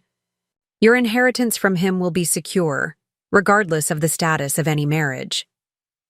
"This seems very thoroughly considered," Desmond observed, closing the folder slowly. "How long have you been planning this?" "Since the moment I found the box," I replied. "Approximately 10 days. 10 days," he repeated, shaking his head in apparent wonder. "In 10 days, you've dismantled what I built over 50 years. "What you built was a fantasy, Desmond," I said, my voice gentler now. "A elaborately constructed illusion that couldn't last forever. No deception of this magnitude ever does." He nodded slowly, a man accepting inevitable defeat. Where do we go from here? Practically speaking, I mean. Do I just leave? Both homes? Both lives? It was the question we had wrestled with during our planning sessions. What happened to Desmond himself after the confrontation? None of us had arrived at a perfect answer. That's largely up to you, Valencia said. I have no interest in continuing our relationship, but you are still the father of my children, the grandfather of my grandchildren. Those connections can't simply be erased. And I've already begun the process of separating our lives in Cascadia Bay, I added. The divorce will be finalized as quickly as possible. You may collect your personal belongings from the house next week. I've arranged for you to stay at the Meridian Heights Hotel in the interim. Desmond absorbed this information with a slight nod, his face etched with the gravity of his situation. 5 decades of security and belonging had evaporated in a single afternoon. I understand, he said quietly. Then, with visible effort, may I speak now? Not to justify what I've done, there is no justification, but to explain, if you'll hear me. The 4 of us exchanged glances. It seemed only fair to allow him this opportunity, however inadequate his words might be. Go ahead, Julian said, speaking for all of us. Desmond took a deep breath, gathering himself. When he spoke again, his voice had shed its defensive edge, revealing something raw and vulnerable beneath. I've spent 50 years constructing elaborate lies, so perhaps it's fitting that I end with absolute truth. The truth is, I loved both of you, Thalia, Valencia, deeply and genuinely. Not equally, perhaps, not identically, but authentically. Each of you brought something essential into my life that I couldn't imagine living without. He turned to me. Thalia, with you, I found intellectual partnership, cultural richness, the freedom to pursue my ambitions without constraint. Our conversations about art, literature, science, they shaped my thinking, expanded my worldview. The life we built together was elegant, meaningful. Then to Valencia. With you, I found rootedness, purpose, family connection. The work we did here at the Institute gave my research real-world impact. The children we raised together, he glanced at Julian and Eliza, became my greatest pride, my legacy in flesh and blood. He spread his hands in a gesture of futility. I couldn't choose between these lives because both felt necessary to my completeness as a human being. So I convinced myself that maintaining both was the kindest option, that breaking either woman's heart would be crueler than living a divided existence. But in the end, you've broken both our hearts anyway, Valencia observed quietly. Yes, Desmond acknowledged, his voice thick with emotion, and damaged my children's trust, and compromised my own integrity beyond repair, the very outcome I was trying to prevent. He looked at each of us in turn, his amber eyes bright with unshed tears. I won't ask for forgiveness. What I've done is unforgivable. But I do ask that you believe this much. Whatever calculations went into maintaining these separate lives, they began and ended with love. Misguided, selfish love, perhaps, but love nonetheless. A heavy silence followed his words. Outside the windows, the light had shifted, shadows lengthening as evening approached.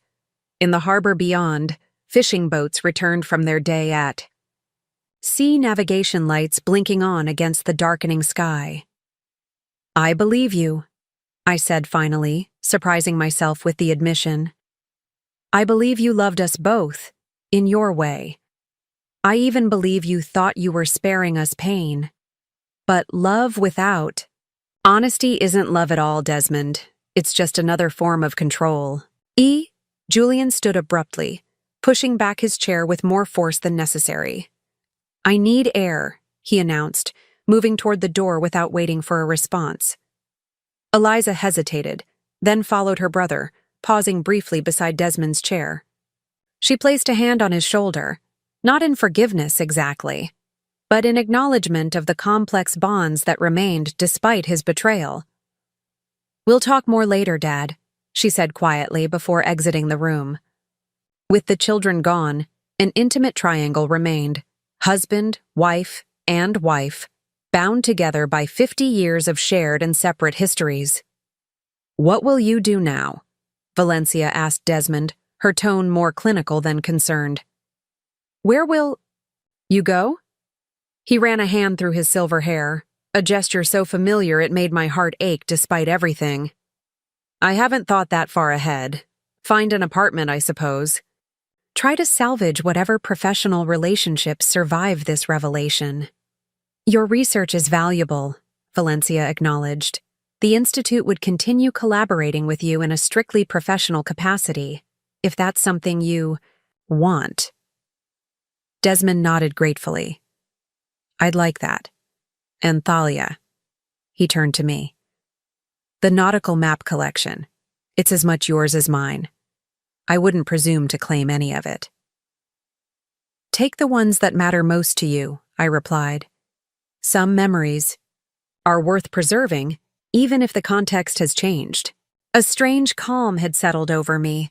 Not forgiveness, not even acceptance exactly, but a kind of clarity that transcended the initial shock and betrayal. Sitting here with the two people who had been most intimately connected to Desmond's deception, I felt an odd kinship, a shared understanding that went beyond words. "I should check on Julian and Eliza," Valencia said, rising from her chair. "Desmond, we'll finish this conversation another time. For now, I think it's best if you find other accommodations." He nodded, accepting this dismissal without protest. "Of course. I'll get a room at the Harbor Inn." Valencia left the conference room, leaving Desmond and me alone for the first time since the revelation. 50 years of marriage distilled into this surreal moment. Two strangers intimately familiar with each other, separated by an unbridgeable gulf of deception. "I am sorry, Thalia," he said softly. "For whatever that's worth." "It's worth something," I acknowledged. "Though not enough to change what happens next." "No," he agreed. "Nothing could change that now." He hesitated, then asked, "Will you be returning to Cascadia Bay immediately?" I shook my head. "I'm staying a few days. There are details to finalize with Valencia and her children. And besides," I added with a small, sad smile, "I find I like Serenity Cove. There's an authenticity here that appeals to me." "I've always thought so," Desmond said. "From the first time I visited, it reminded me of the coastal town where my grandmother lived. Simpler, more connected to the rhythms of the natural world. These moments of ordinary conversation felt bizarre against the backdrop of our shattered marriage, yet somehow necessary, a bridge between what had been and what would come next." "I should go," Desmond said finally, rising from his chair. "Unless there's anything else we need to discuss now." I considered the question seriously. Was there anything else to say after 50 years of marriage dissolved in a single afternoon? Any final words that could possibly encapsulate such a monumental ending? "Just one thing," I said, meeting his gaze directly. "Was any of it real? Us, I mean. The life we built together." Desmond held my gaze, his expression more open, more vulnerable than I had seen it in years, perhaps ever. "All of it was real, Thalia. The love, the partnership, the shared joy in discovery. The only fiction was its exclusivity." I nodded, accepting this partial truth as the most complete one I was likely to receive. "Goodbye, Desmond." "Goodbye, Thalia," he replied softly. "Thank you for 50 extraordinary years." Then he was gone, the door closing quietly behind him, leaving me alone in the conference room with the weight of half a century settling around me like dust after an implosion. I remained seated, watching through the windows as dusk descended, over Serenity Cove. Lights blinked on along the harbor, fishing boats secured for the night, the rhythms of the small coastal town continuing undisturbed by the personal earthquake that had just occurred within these walls. My phone chimed with a text from Valencia. "Julian and Eliza are with me at home. Join us for dinner if you'd like. No pressure." Her kindness touched me deeply. After everything that had transpired, Valencia was extending an invitation, creating space for me within her family circle. I texted back a simple acceptance and gathered my documents, preparing to leave the institute. As I walked through the quiet hallways, I passed displays celebrating marine conservation efforts, research breakthroughs, community education programs, many bearing Desmond's name as a contributor or founding donor. His legacy here was substantial, genuine, important. Just as his contributions to our life in Cascadia Bay had been meaningful, his professional accomplishments significant. How did one reconcile such profound duplicity with equally profound achievement? The man who had deceived two women for 50 years was the same man who had advanced marine habitat restoration, who had mentored dozens of young scientists, who had raised two children to be thoughtful, compassionate adults. Outside, the evening air carried the scent of salt and jasmine. I paused on the institute steps, breathing deeply, feeling the weight of the afternoon's confrontation begin to lift, slightly. The path ahead was uncertain: divorce proceedings, financial disentanglements, explanations to friends and colleagues in Cascadia Bay. But beneath the logistical complexities lay a simpler truth. I was free. Free from deception, free from the subtle disconnection that had shadowed even our happiest moments, free to reimagine my remaining years without the constraints of a marriage built partly on lies. As I walked toward Valencia's cedar-shingled house, where lights glowed warmly, in the gathering darkness, I found myself contemplating not what I had lost but what might still be discovered. At 73, I had lived more life than remained ahead of me, certainly. But those remaining years stretched before me now like uncharted waters, intimidating perhaps, but also exhilarating in their possibilities. Valencia opened the door. Before I could knock, her expression a complex mixture of exhaustion and relief. Behind her, I could hear Julian and Eliza's voices from the kitchen, the ordinary domestic sounds of meal preparation continuing despite the extraordinary circumstances. "They're making pasta," Valencia explained with a small smile. "Cooking helps Julian process emotions. Always has since he was a boy." "A useful coping mechanism," I observed, stepping into the warm entryway. "Better than many alternatives."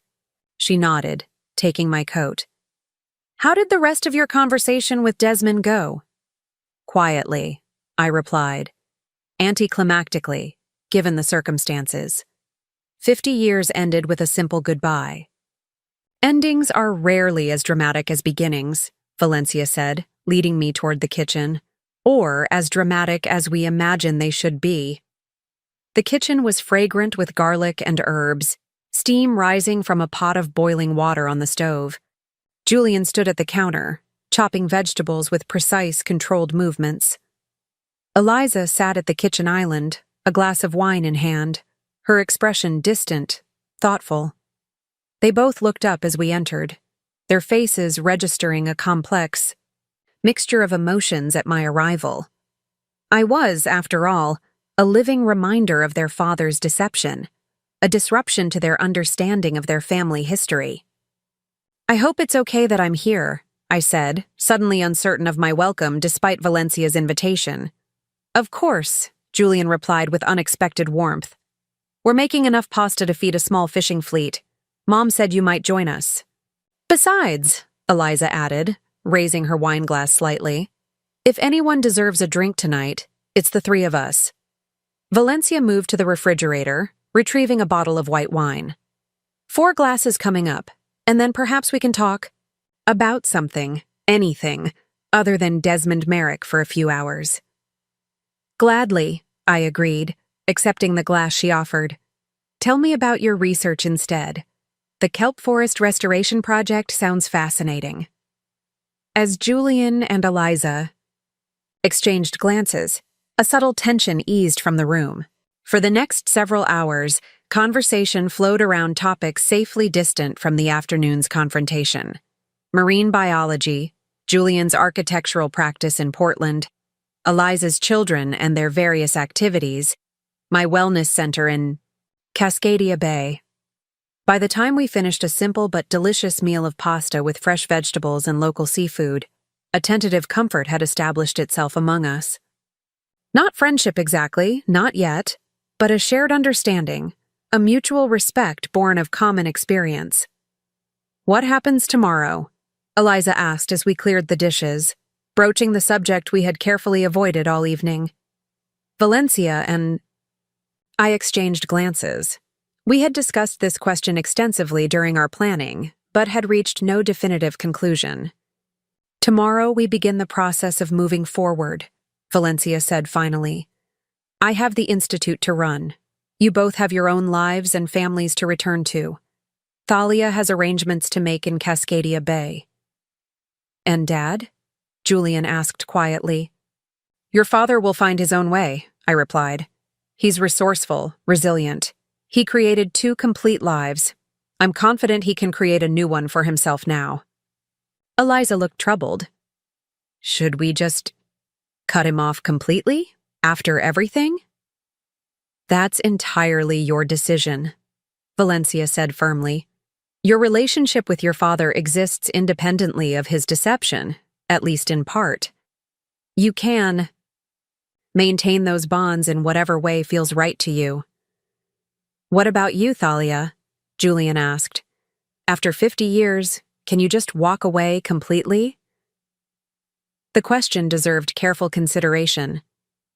Could I simply excise Desmond from my life after half a century of shared experiences, shared dreams, shared history? "I don't know," I admitted honestly. "The divorce will proceed. That much is certain. Beyond that legal separation, time will tell. 50 years creates connections that can't be severed cleanly, even after a betrayal of this magnitude." Valencia nodded, understanding evident in her expression. "Endings are rarely absolute, even when we think they should be." As the evening wound down, I prepared to return to my hotel. Julian and Eliza embraced their mother warmly, then surprised me by offering equally sincere embraces. "Thank you," Julian said quietly as he walked me to the door, "for your generosity toward our family. You could have approached this very differently." "Punishing innocent parties for Desmond's deception would only compound the damage," I replied. "Besides, I've lived long enough to know that vengeance provides little lasting satisfaction." He smiled slightly. "Wisdom comes with age, I suppose." "Sometimes," I agreed. "Though clearly not always, given your father's spectacular lack of judgment at 73. Julian's unexpected laugh lightened the moment. "Fair point. Perhaps wisdom is optional after all." I stepped out into the night, the cool sea breeze carrying the scent of salt and distant rain. Stars glittered above Serenity Cove, the same constellations that shone over Cascadia Bay, connecting these 2 places that had existed in parallel in Desmond's divided life. As I walked back to my hotel, I found myself contemplating the strange new connections that had emerged from the ruins of deception. My unlikely bond with Valencia, the tentative respect from Julian and Eliza, the possibility of maintaining ties to this place that had been Desmond's secret sanctuary for so long. Perhaps that was the unexpected gift hidden within this painful revelation. New relationships, new understandings, new possibilities that would never have emerged had the deception remained intact. In my hotel room, I found a single envelope that had been slipped under the door. Inside was a handwritten note in Desmond's distinctive script. "Thalia, words are inadequate to the moment, but I offer them nonetheless. For 50 years, you have been the brightest star in my constellation, my intellectual equal, my emotional anchor, my most cherished companion. That I failed to honor our marriage with the exclusivity it deserved reflects my own profound weakness. not any deficiency in you or in our life together.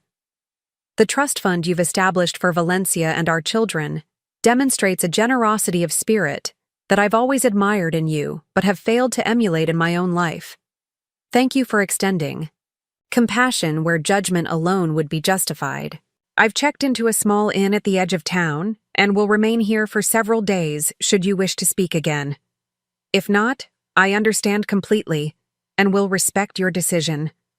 Whatever comes next, please know that loving you has been one of the great privileges of my life, however imperfectly I expressed that love. Desmond. I placed the letter on the bedside table, emotions too complex to name washing through me. Not forgiveness. That seemed impossible given the magnitude of the deception.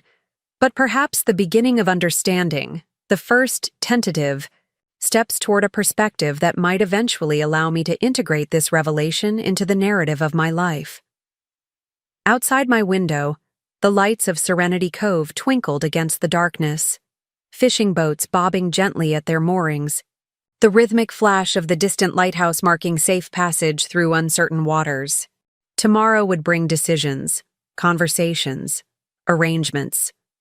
The practical business of unraveling a 50-year marriage while preserving dignity and purpose.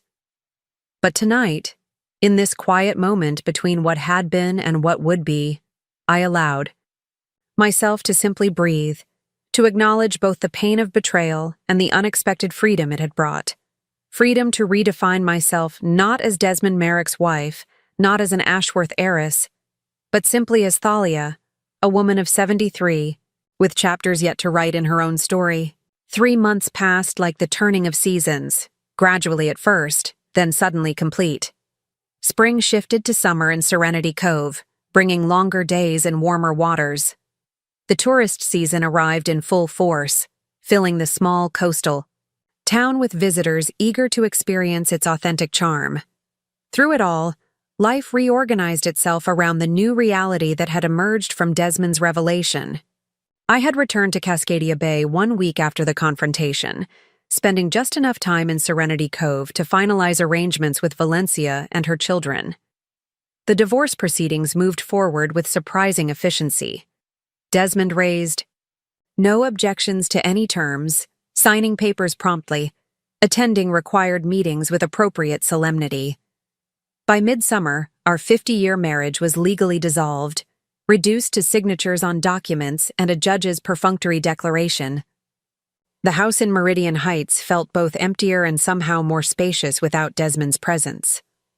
I found myself rearranging furniture, repainting rooms, making subtle changes that transformed the space from ours to definitively mine. The nautical maps remained on the walls, though I relocated several to different positions, a small assertion of aesthetic independence that felt more significant than it appeared. News of our separation traveled quickly through Cascadia Bay's social circles. I offered a simplified explanation, irreconcilable differences, amicable parting to those who inquired directly. A few close friends received a more honest account, their shocked expressions confirming the effectiveness of Desmond's decades of deception. No one had suspected, not even those who had known us from the beginning. "But you seemed so perfect." "Together!" my oldest friend Vivian had exclaimed over lunch at our favorite waterfront restaurant. "All these years, I never once saw him look at another woman." "He wasn't looking at other women," I had replied with a wry smile. "Just one specific woman who happened to be his other wife." The gallows humor helped, providing a pressure valve for emotions too complex to process otherwise. Anger, betrayal, grief. These feelings ebbed and flowed like tides, sometimes receding enough to allow moments of genuine peace, other times surging with unexpected force when triggered by random memories or associations. One Tuesday morning, I found myself standing in the specialty food market Desmond and I had frequented for decades, staring at a display of artisanal olive oils. He had always handled this particular shopping task, selecting oils with the discernment of a connoisseur. Now I stood alone, bottle in hand, momentarily paralyzed by the absurd realization that I didn't know which variety I actually preferred. Had I ever formed my own opinion, or simply deferred to his expertise all these years? I bought 3 different bottles that day and conducted my own tasting at home, discovering a preference for the grassy Tuscan variety over the peppery Spanish option Desmond had always chosen. A small rebellion, but emblematic of the rediscovery process that now characterized my days. Meanwhile, the financial arrangements I had set in motion continued to unfold. The trust for Valencia and her children was formally established, providing them with security while preserving their dignity. The Marine Conservation Endowment at the Serenity Cove Institute was announced with appropriate ceremony, though I declined to attend the formal dedication, sending a brief congratulatory letter instead. Desmond himself seemed to have vanished from both communities. According to Valencia, with whom I maintained periodic contact, he had resigned from his position at the institute, recommending younger colleagues to continue his research projects. He had vacated his Serenity Cove home, leaving most furnishings for Valencia, but taking personal items and research materials. Rumors placed him in Seattle, then San Francisco, finally settling on Auckland, New Zealand, where a prestigious marine research facility had apparently offered him a position. I neither confirmed nor denied these rumors when they reached me. The truth was, I didn't know Desmond's whereabouts with any certainty, nor did I particularly want to. The man I had married, or thought I had married, no longer existed. Perhaps he never had. On a warm July evening, I sat on my deck overlooking the bay, watching sailboats return to the marina as sunset painted the water in shades of gold and crimson. My phone chimed with an incoming call, Valencia's name appearing on the screen. We had spoken periodically since the confrontation. Brief practical conversations focused primarily on financial arrangements and occasional updates on Julian and Eliza. "Hello, Valencia," I answered, settling deeper into my chair. "How are you?" "Well enough," she replied, her voice carrying the slight raspiness I had come to associate with her. "The summer program at the Institute is in full swing. Students everywhere, all eager to save the oceans overnight." I smiled at the affectionate exasperation in her tone. Youth and idealism, a powerful combination. "Indeed. And how are things in Cascadia Bay?" "Quiet, peaceful. The divorce was finalized last week." A pause, then. "How does it feel, being officially unmarried after 50 years? I considered the question, watching a heron glide low over the water. Strange, liberating, melancholy, all at once. "I understand completely," Valencia said softly. We shared a moment of silence, connected by our parallel experiences across the miles separating Serenity Cove from Cascadia Bay. "I'm actually calling with an invitation," Valencia continued finally. "Julian is opening a new restaurant here in Serenity Cove next month. Sustainable seafood, locally sourced ingredients. He's calling it Tide Pool. The grand opening is August 15th, and he specifically asked me to invite you." The invitation surprised me. Though Julian had been cordial during our interactions following the confrontation, I hadn't expected any continuing connection with Desmond's children. "That's very kind of him," I said cautiously. "But wouldn't my presence be awkward? A reminder of everything that happened?" Valencia's laugh was unexpectedly warm. "Thalia, you're part of this strange story now, like it or not. Besides, your Foundation's Marine Conservation Grant is helping several of the sustainable fishing operations that will supply Julian's restaurant. He considers you something of a patron saint." "Hardly that," I demurred, though the characterization pleased me more than I would have expected. "Let me think about it. It's a busy time at the wellness center and—" "You're the owner, Valencia," interrupted gently. "Surely you can arrange coverage for a weekend. The inn by the harbor has lovely rooms with ocean views. Just consider it, will you?" After ending the call, I remained on the deck as twilight deepened into night, considering Valencia's invitation. Returning to Serenity Cove would mean revisiting the scene of painful revelations, certainly, but it would also mean acknowledging the unexpected connections that had emerged from Desmond's deception, connections that might, in their own way, represent something more authentic than the carefully constructed fiction of my marriage. 2 weeks later, I found myself driving the now familiar coastal highway toward Serenity Cove, the journey feeling almost routine despite the extraordinary circumstances that had first brought me to this route.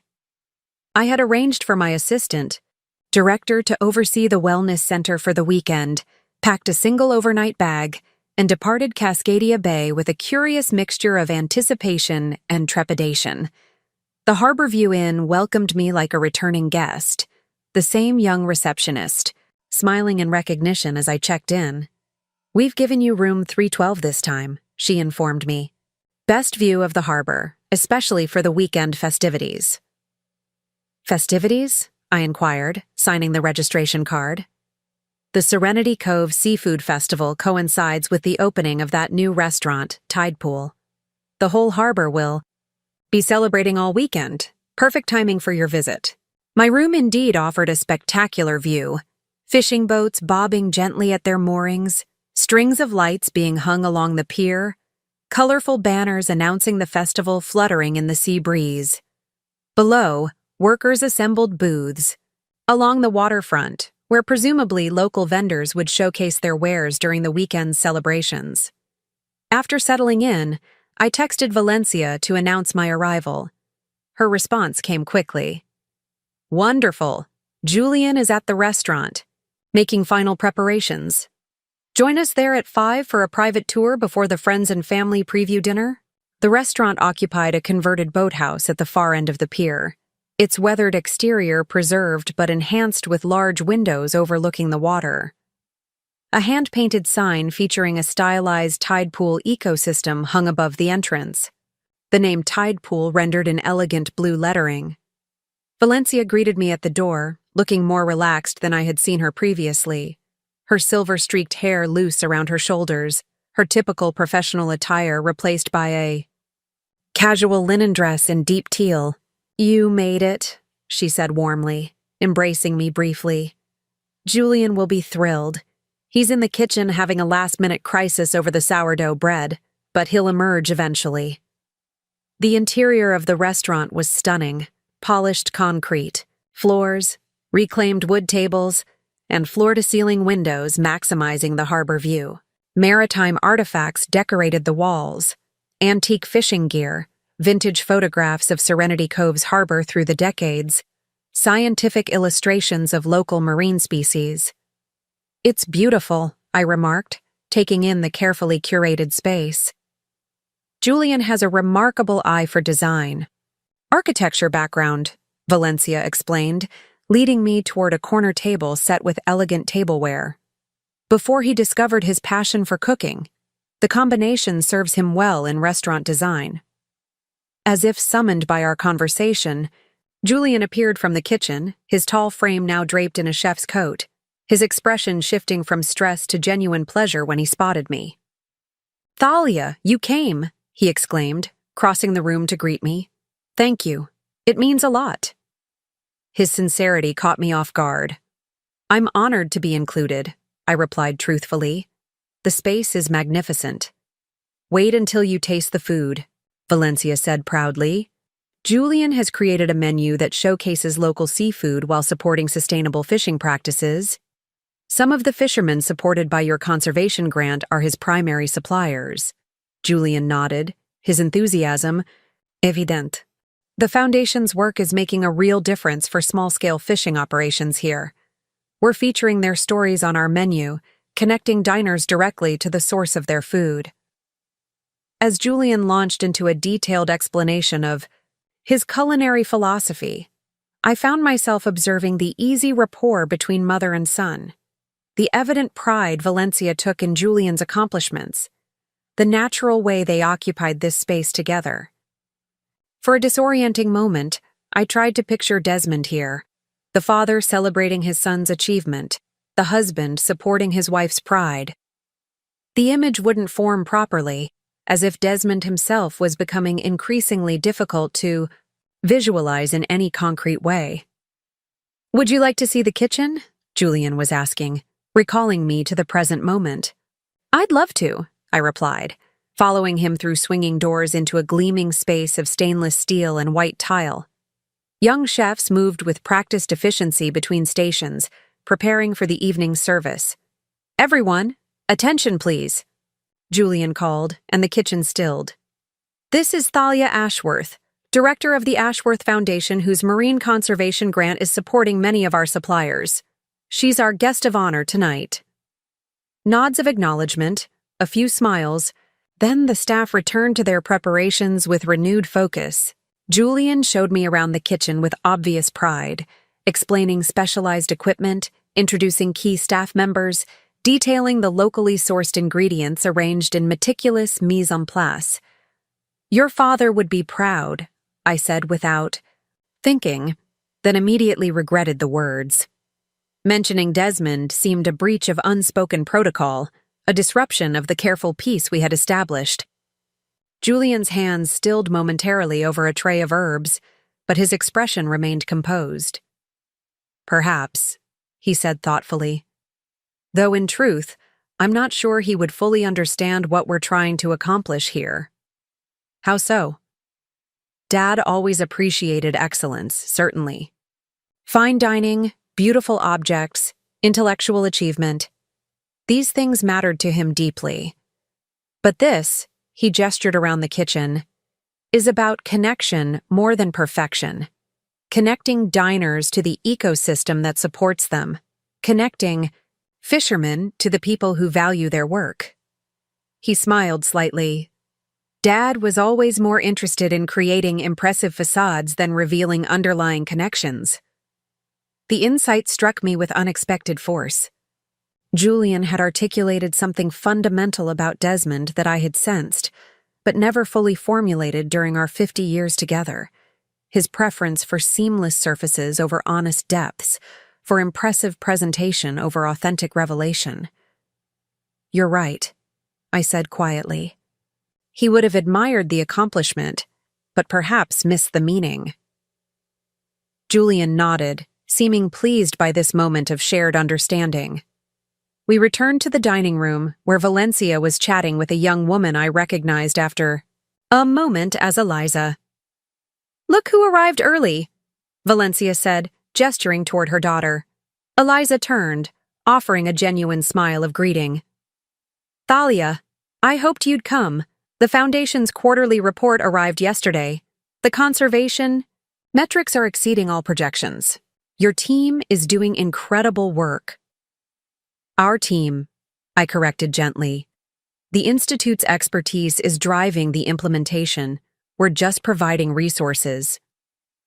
As the friends and family dinner service began, I found myself seated at a table with Valencia, Eliza, and several Institute researchers. The conversation flowed easily: marine conservation challenges, sustainable fishing innovations, Julian's culinary journey.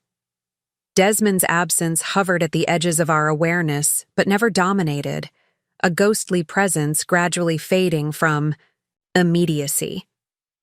The food was exceptional, delicate seafood preparations that highlighted the natural flavors of local ingredients, artfully presented but never pretentious.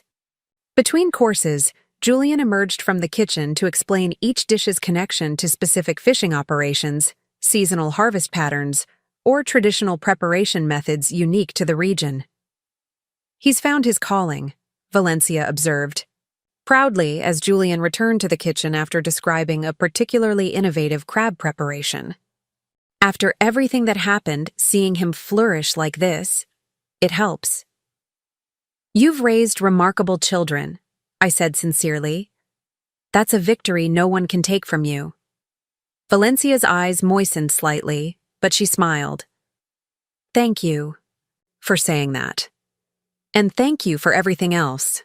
The Foundation's support, the trust, your grace throughout this impossible situation." "We were both deceived," I reminded her.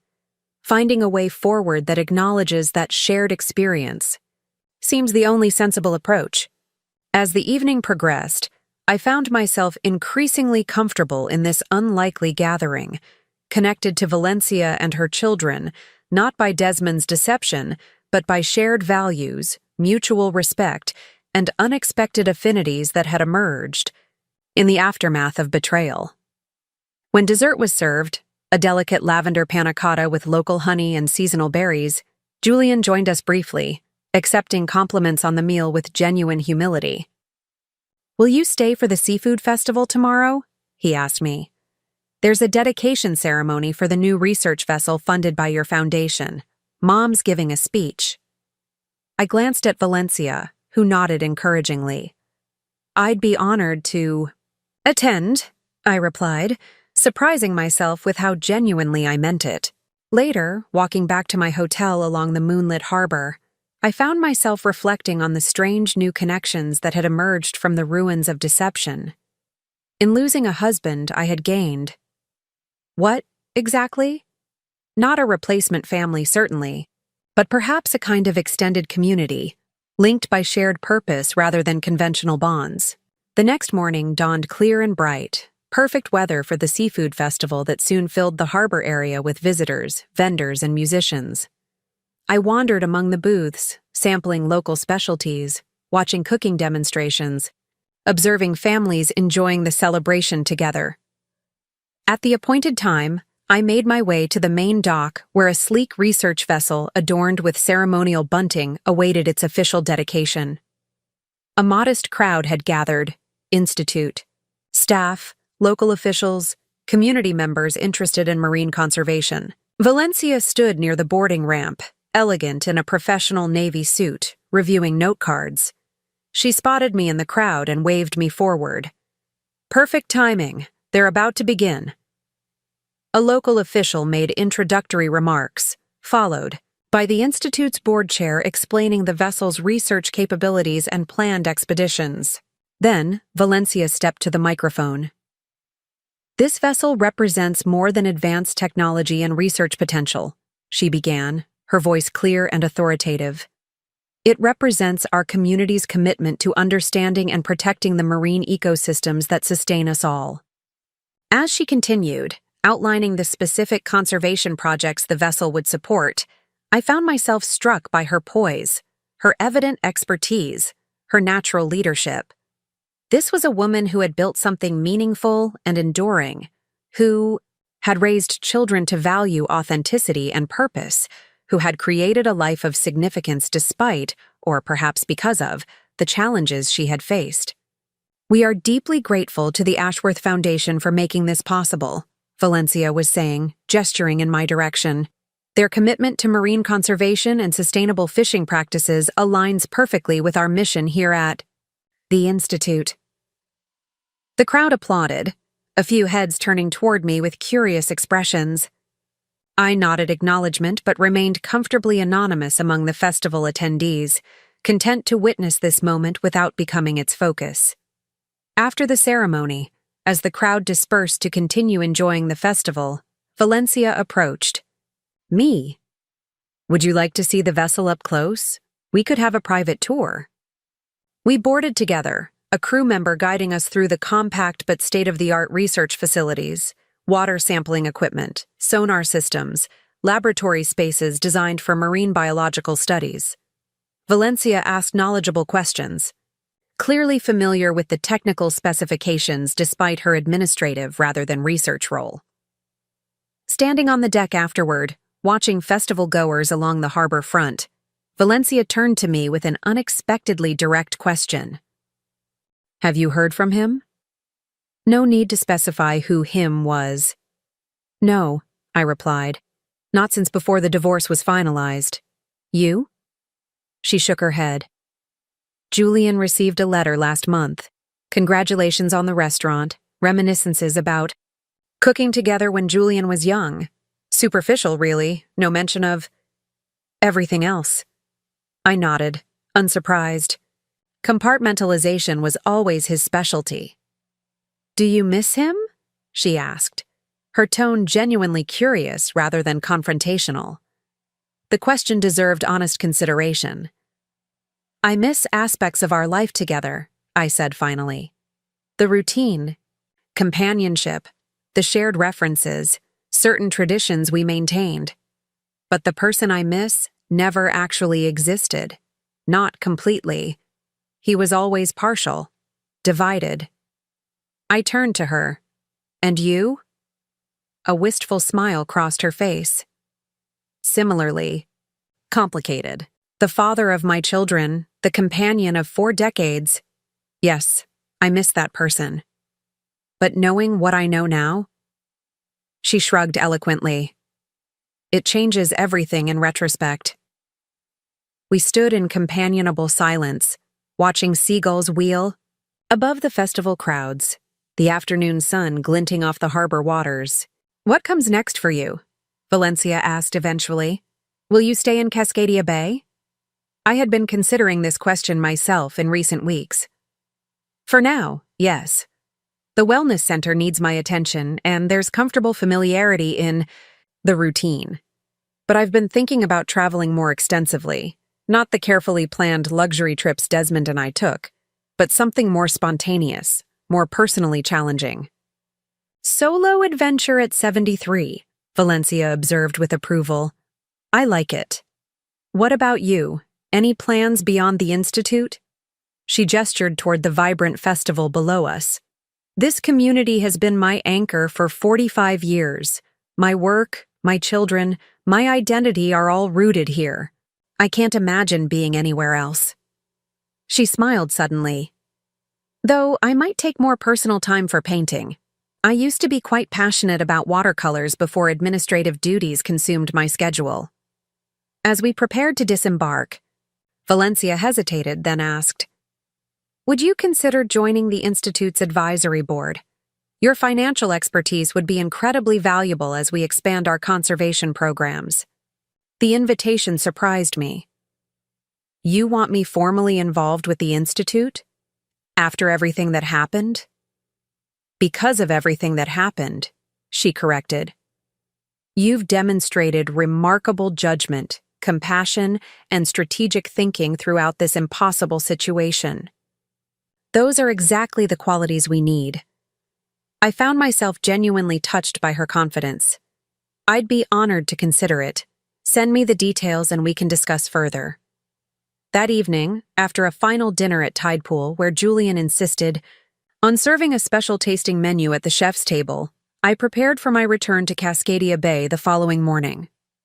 Packing my overnight bag, I reflected on the unexpected evolution of my relationship with Serenity Cove, with Valencia and her children, with the marine conservation work that now connected us.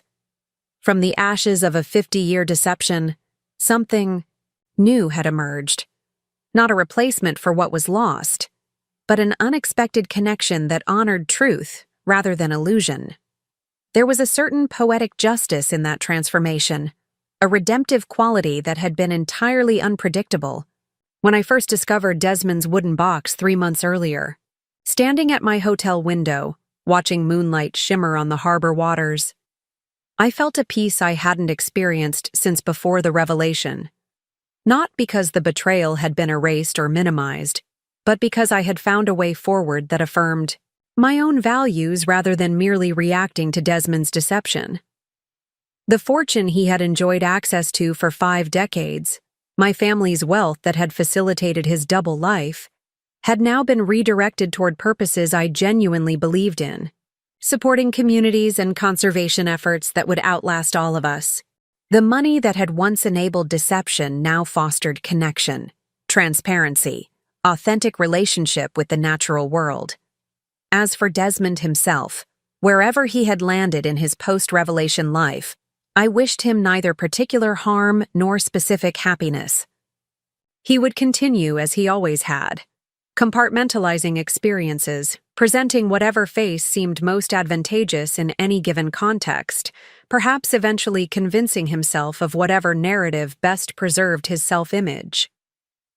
But I had chosen a different path, one of integration rather than division, of honesty rather than performance, of genuine connection rather than impressive facade. At 73, after 50 years living someone else's carefully constructed fiction, I had finally claimed the authorship of my own story. Up next, you've got 2 more standout stories right on your screen. If this one hit the mark, you won't want to pass these up. Just click and check them out.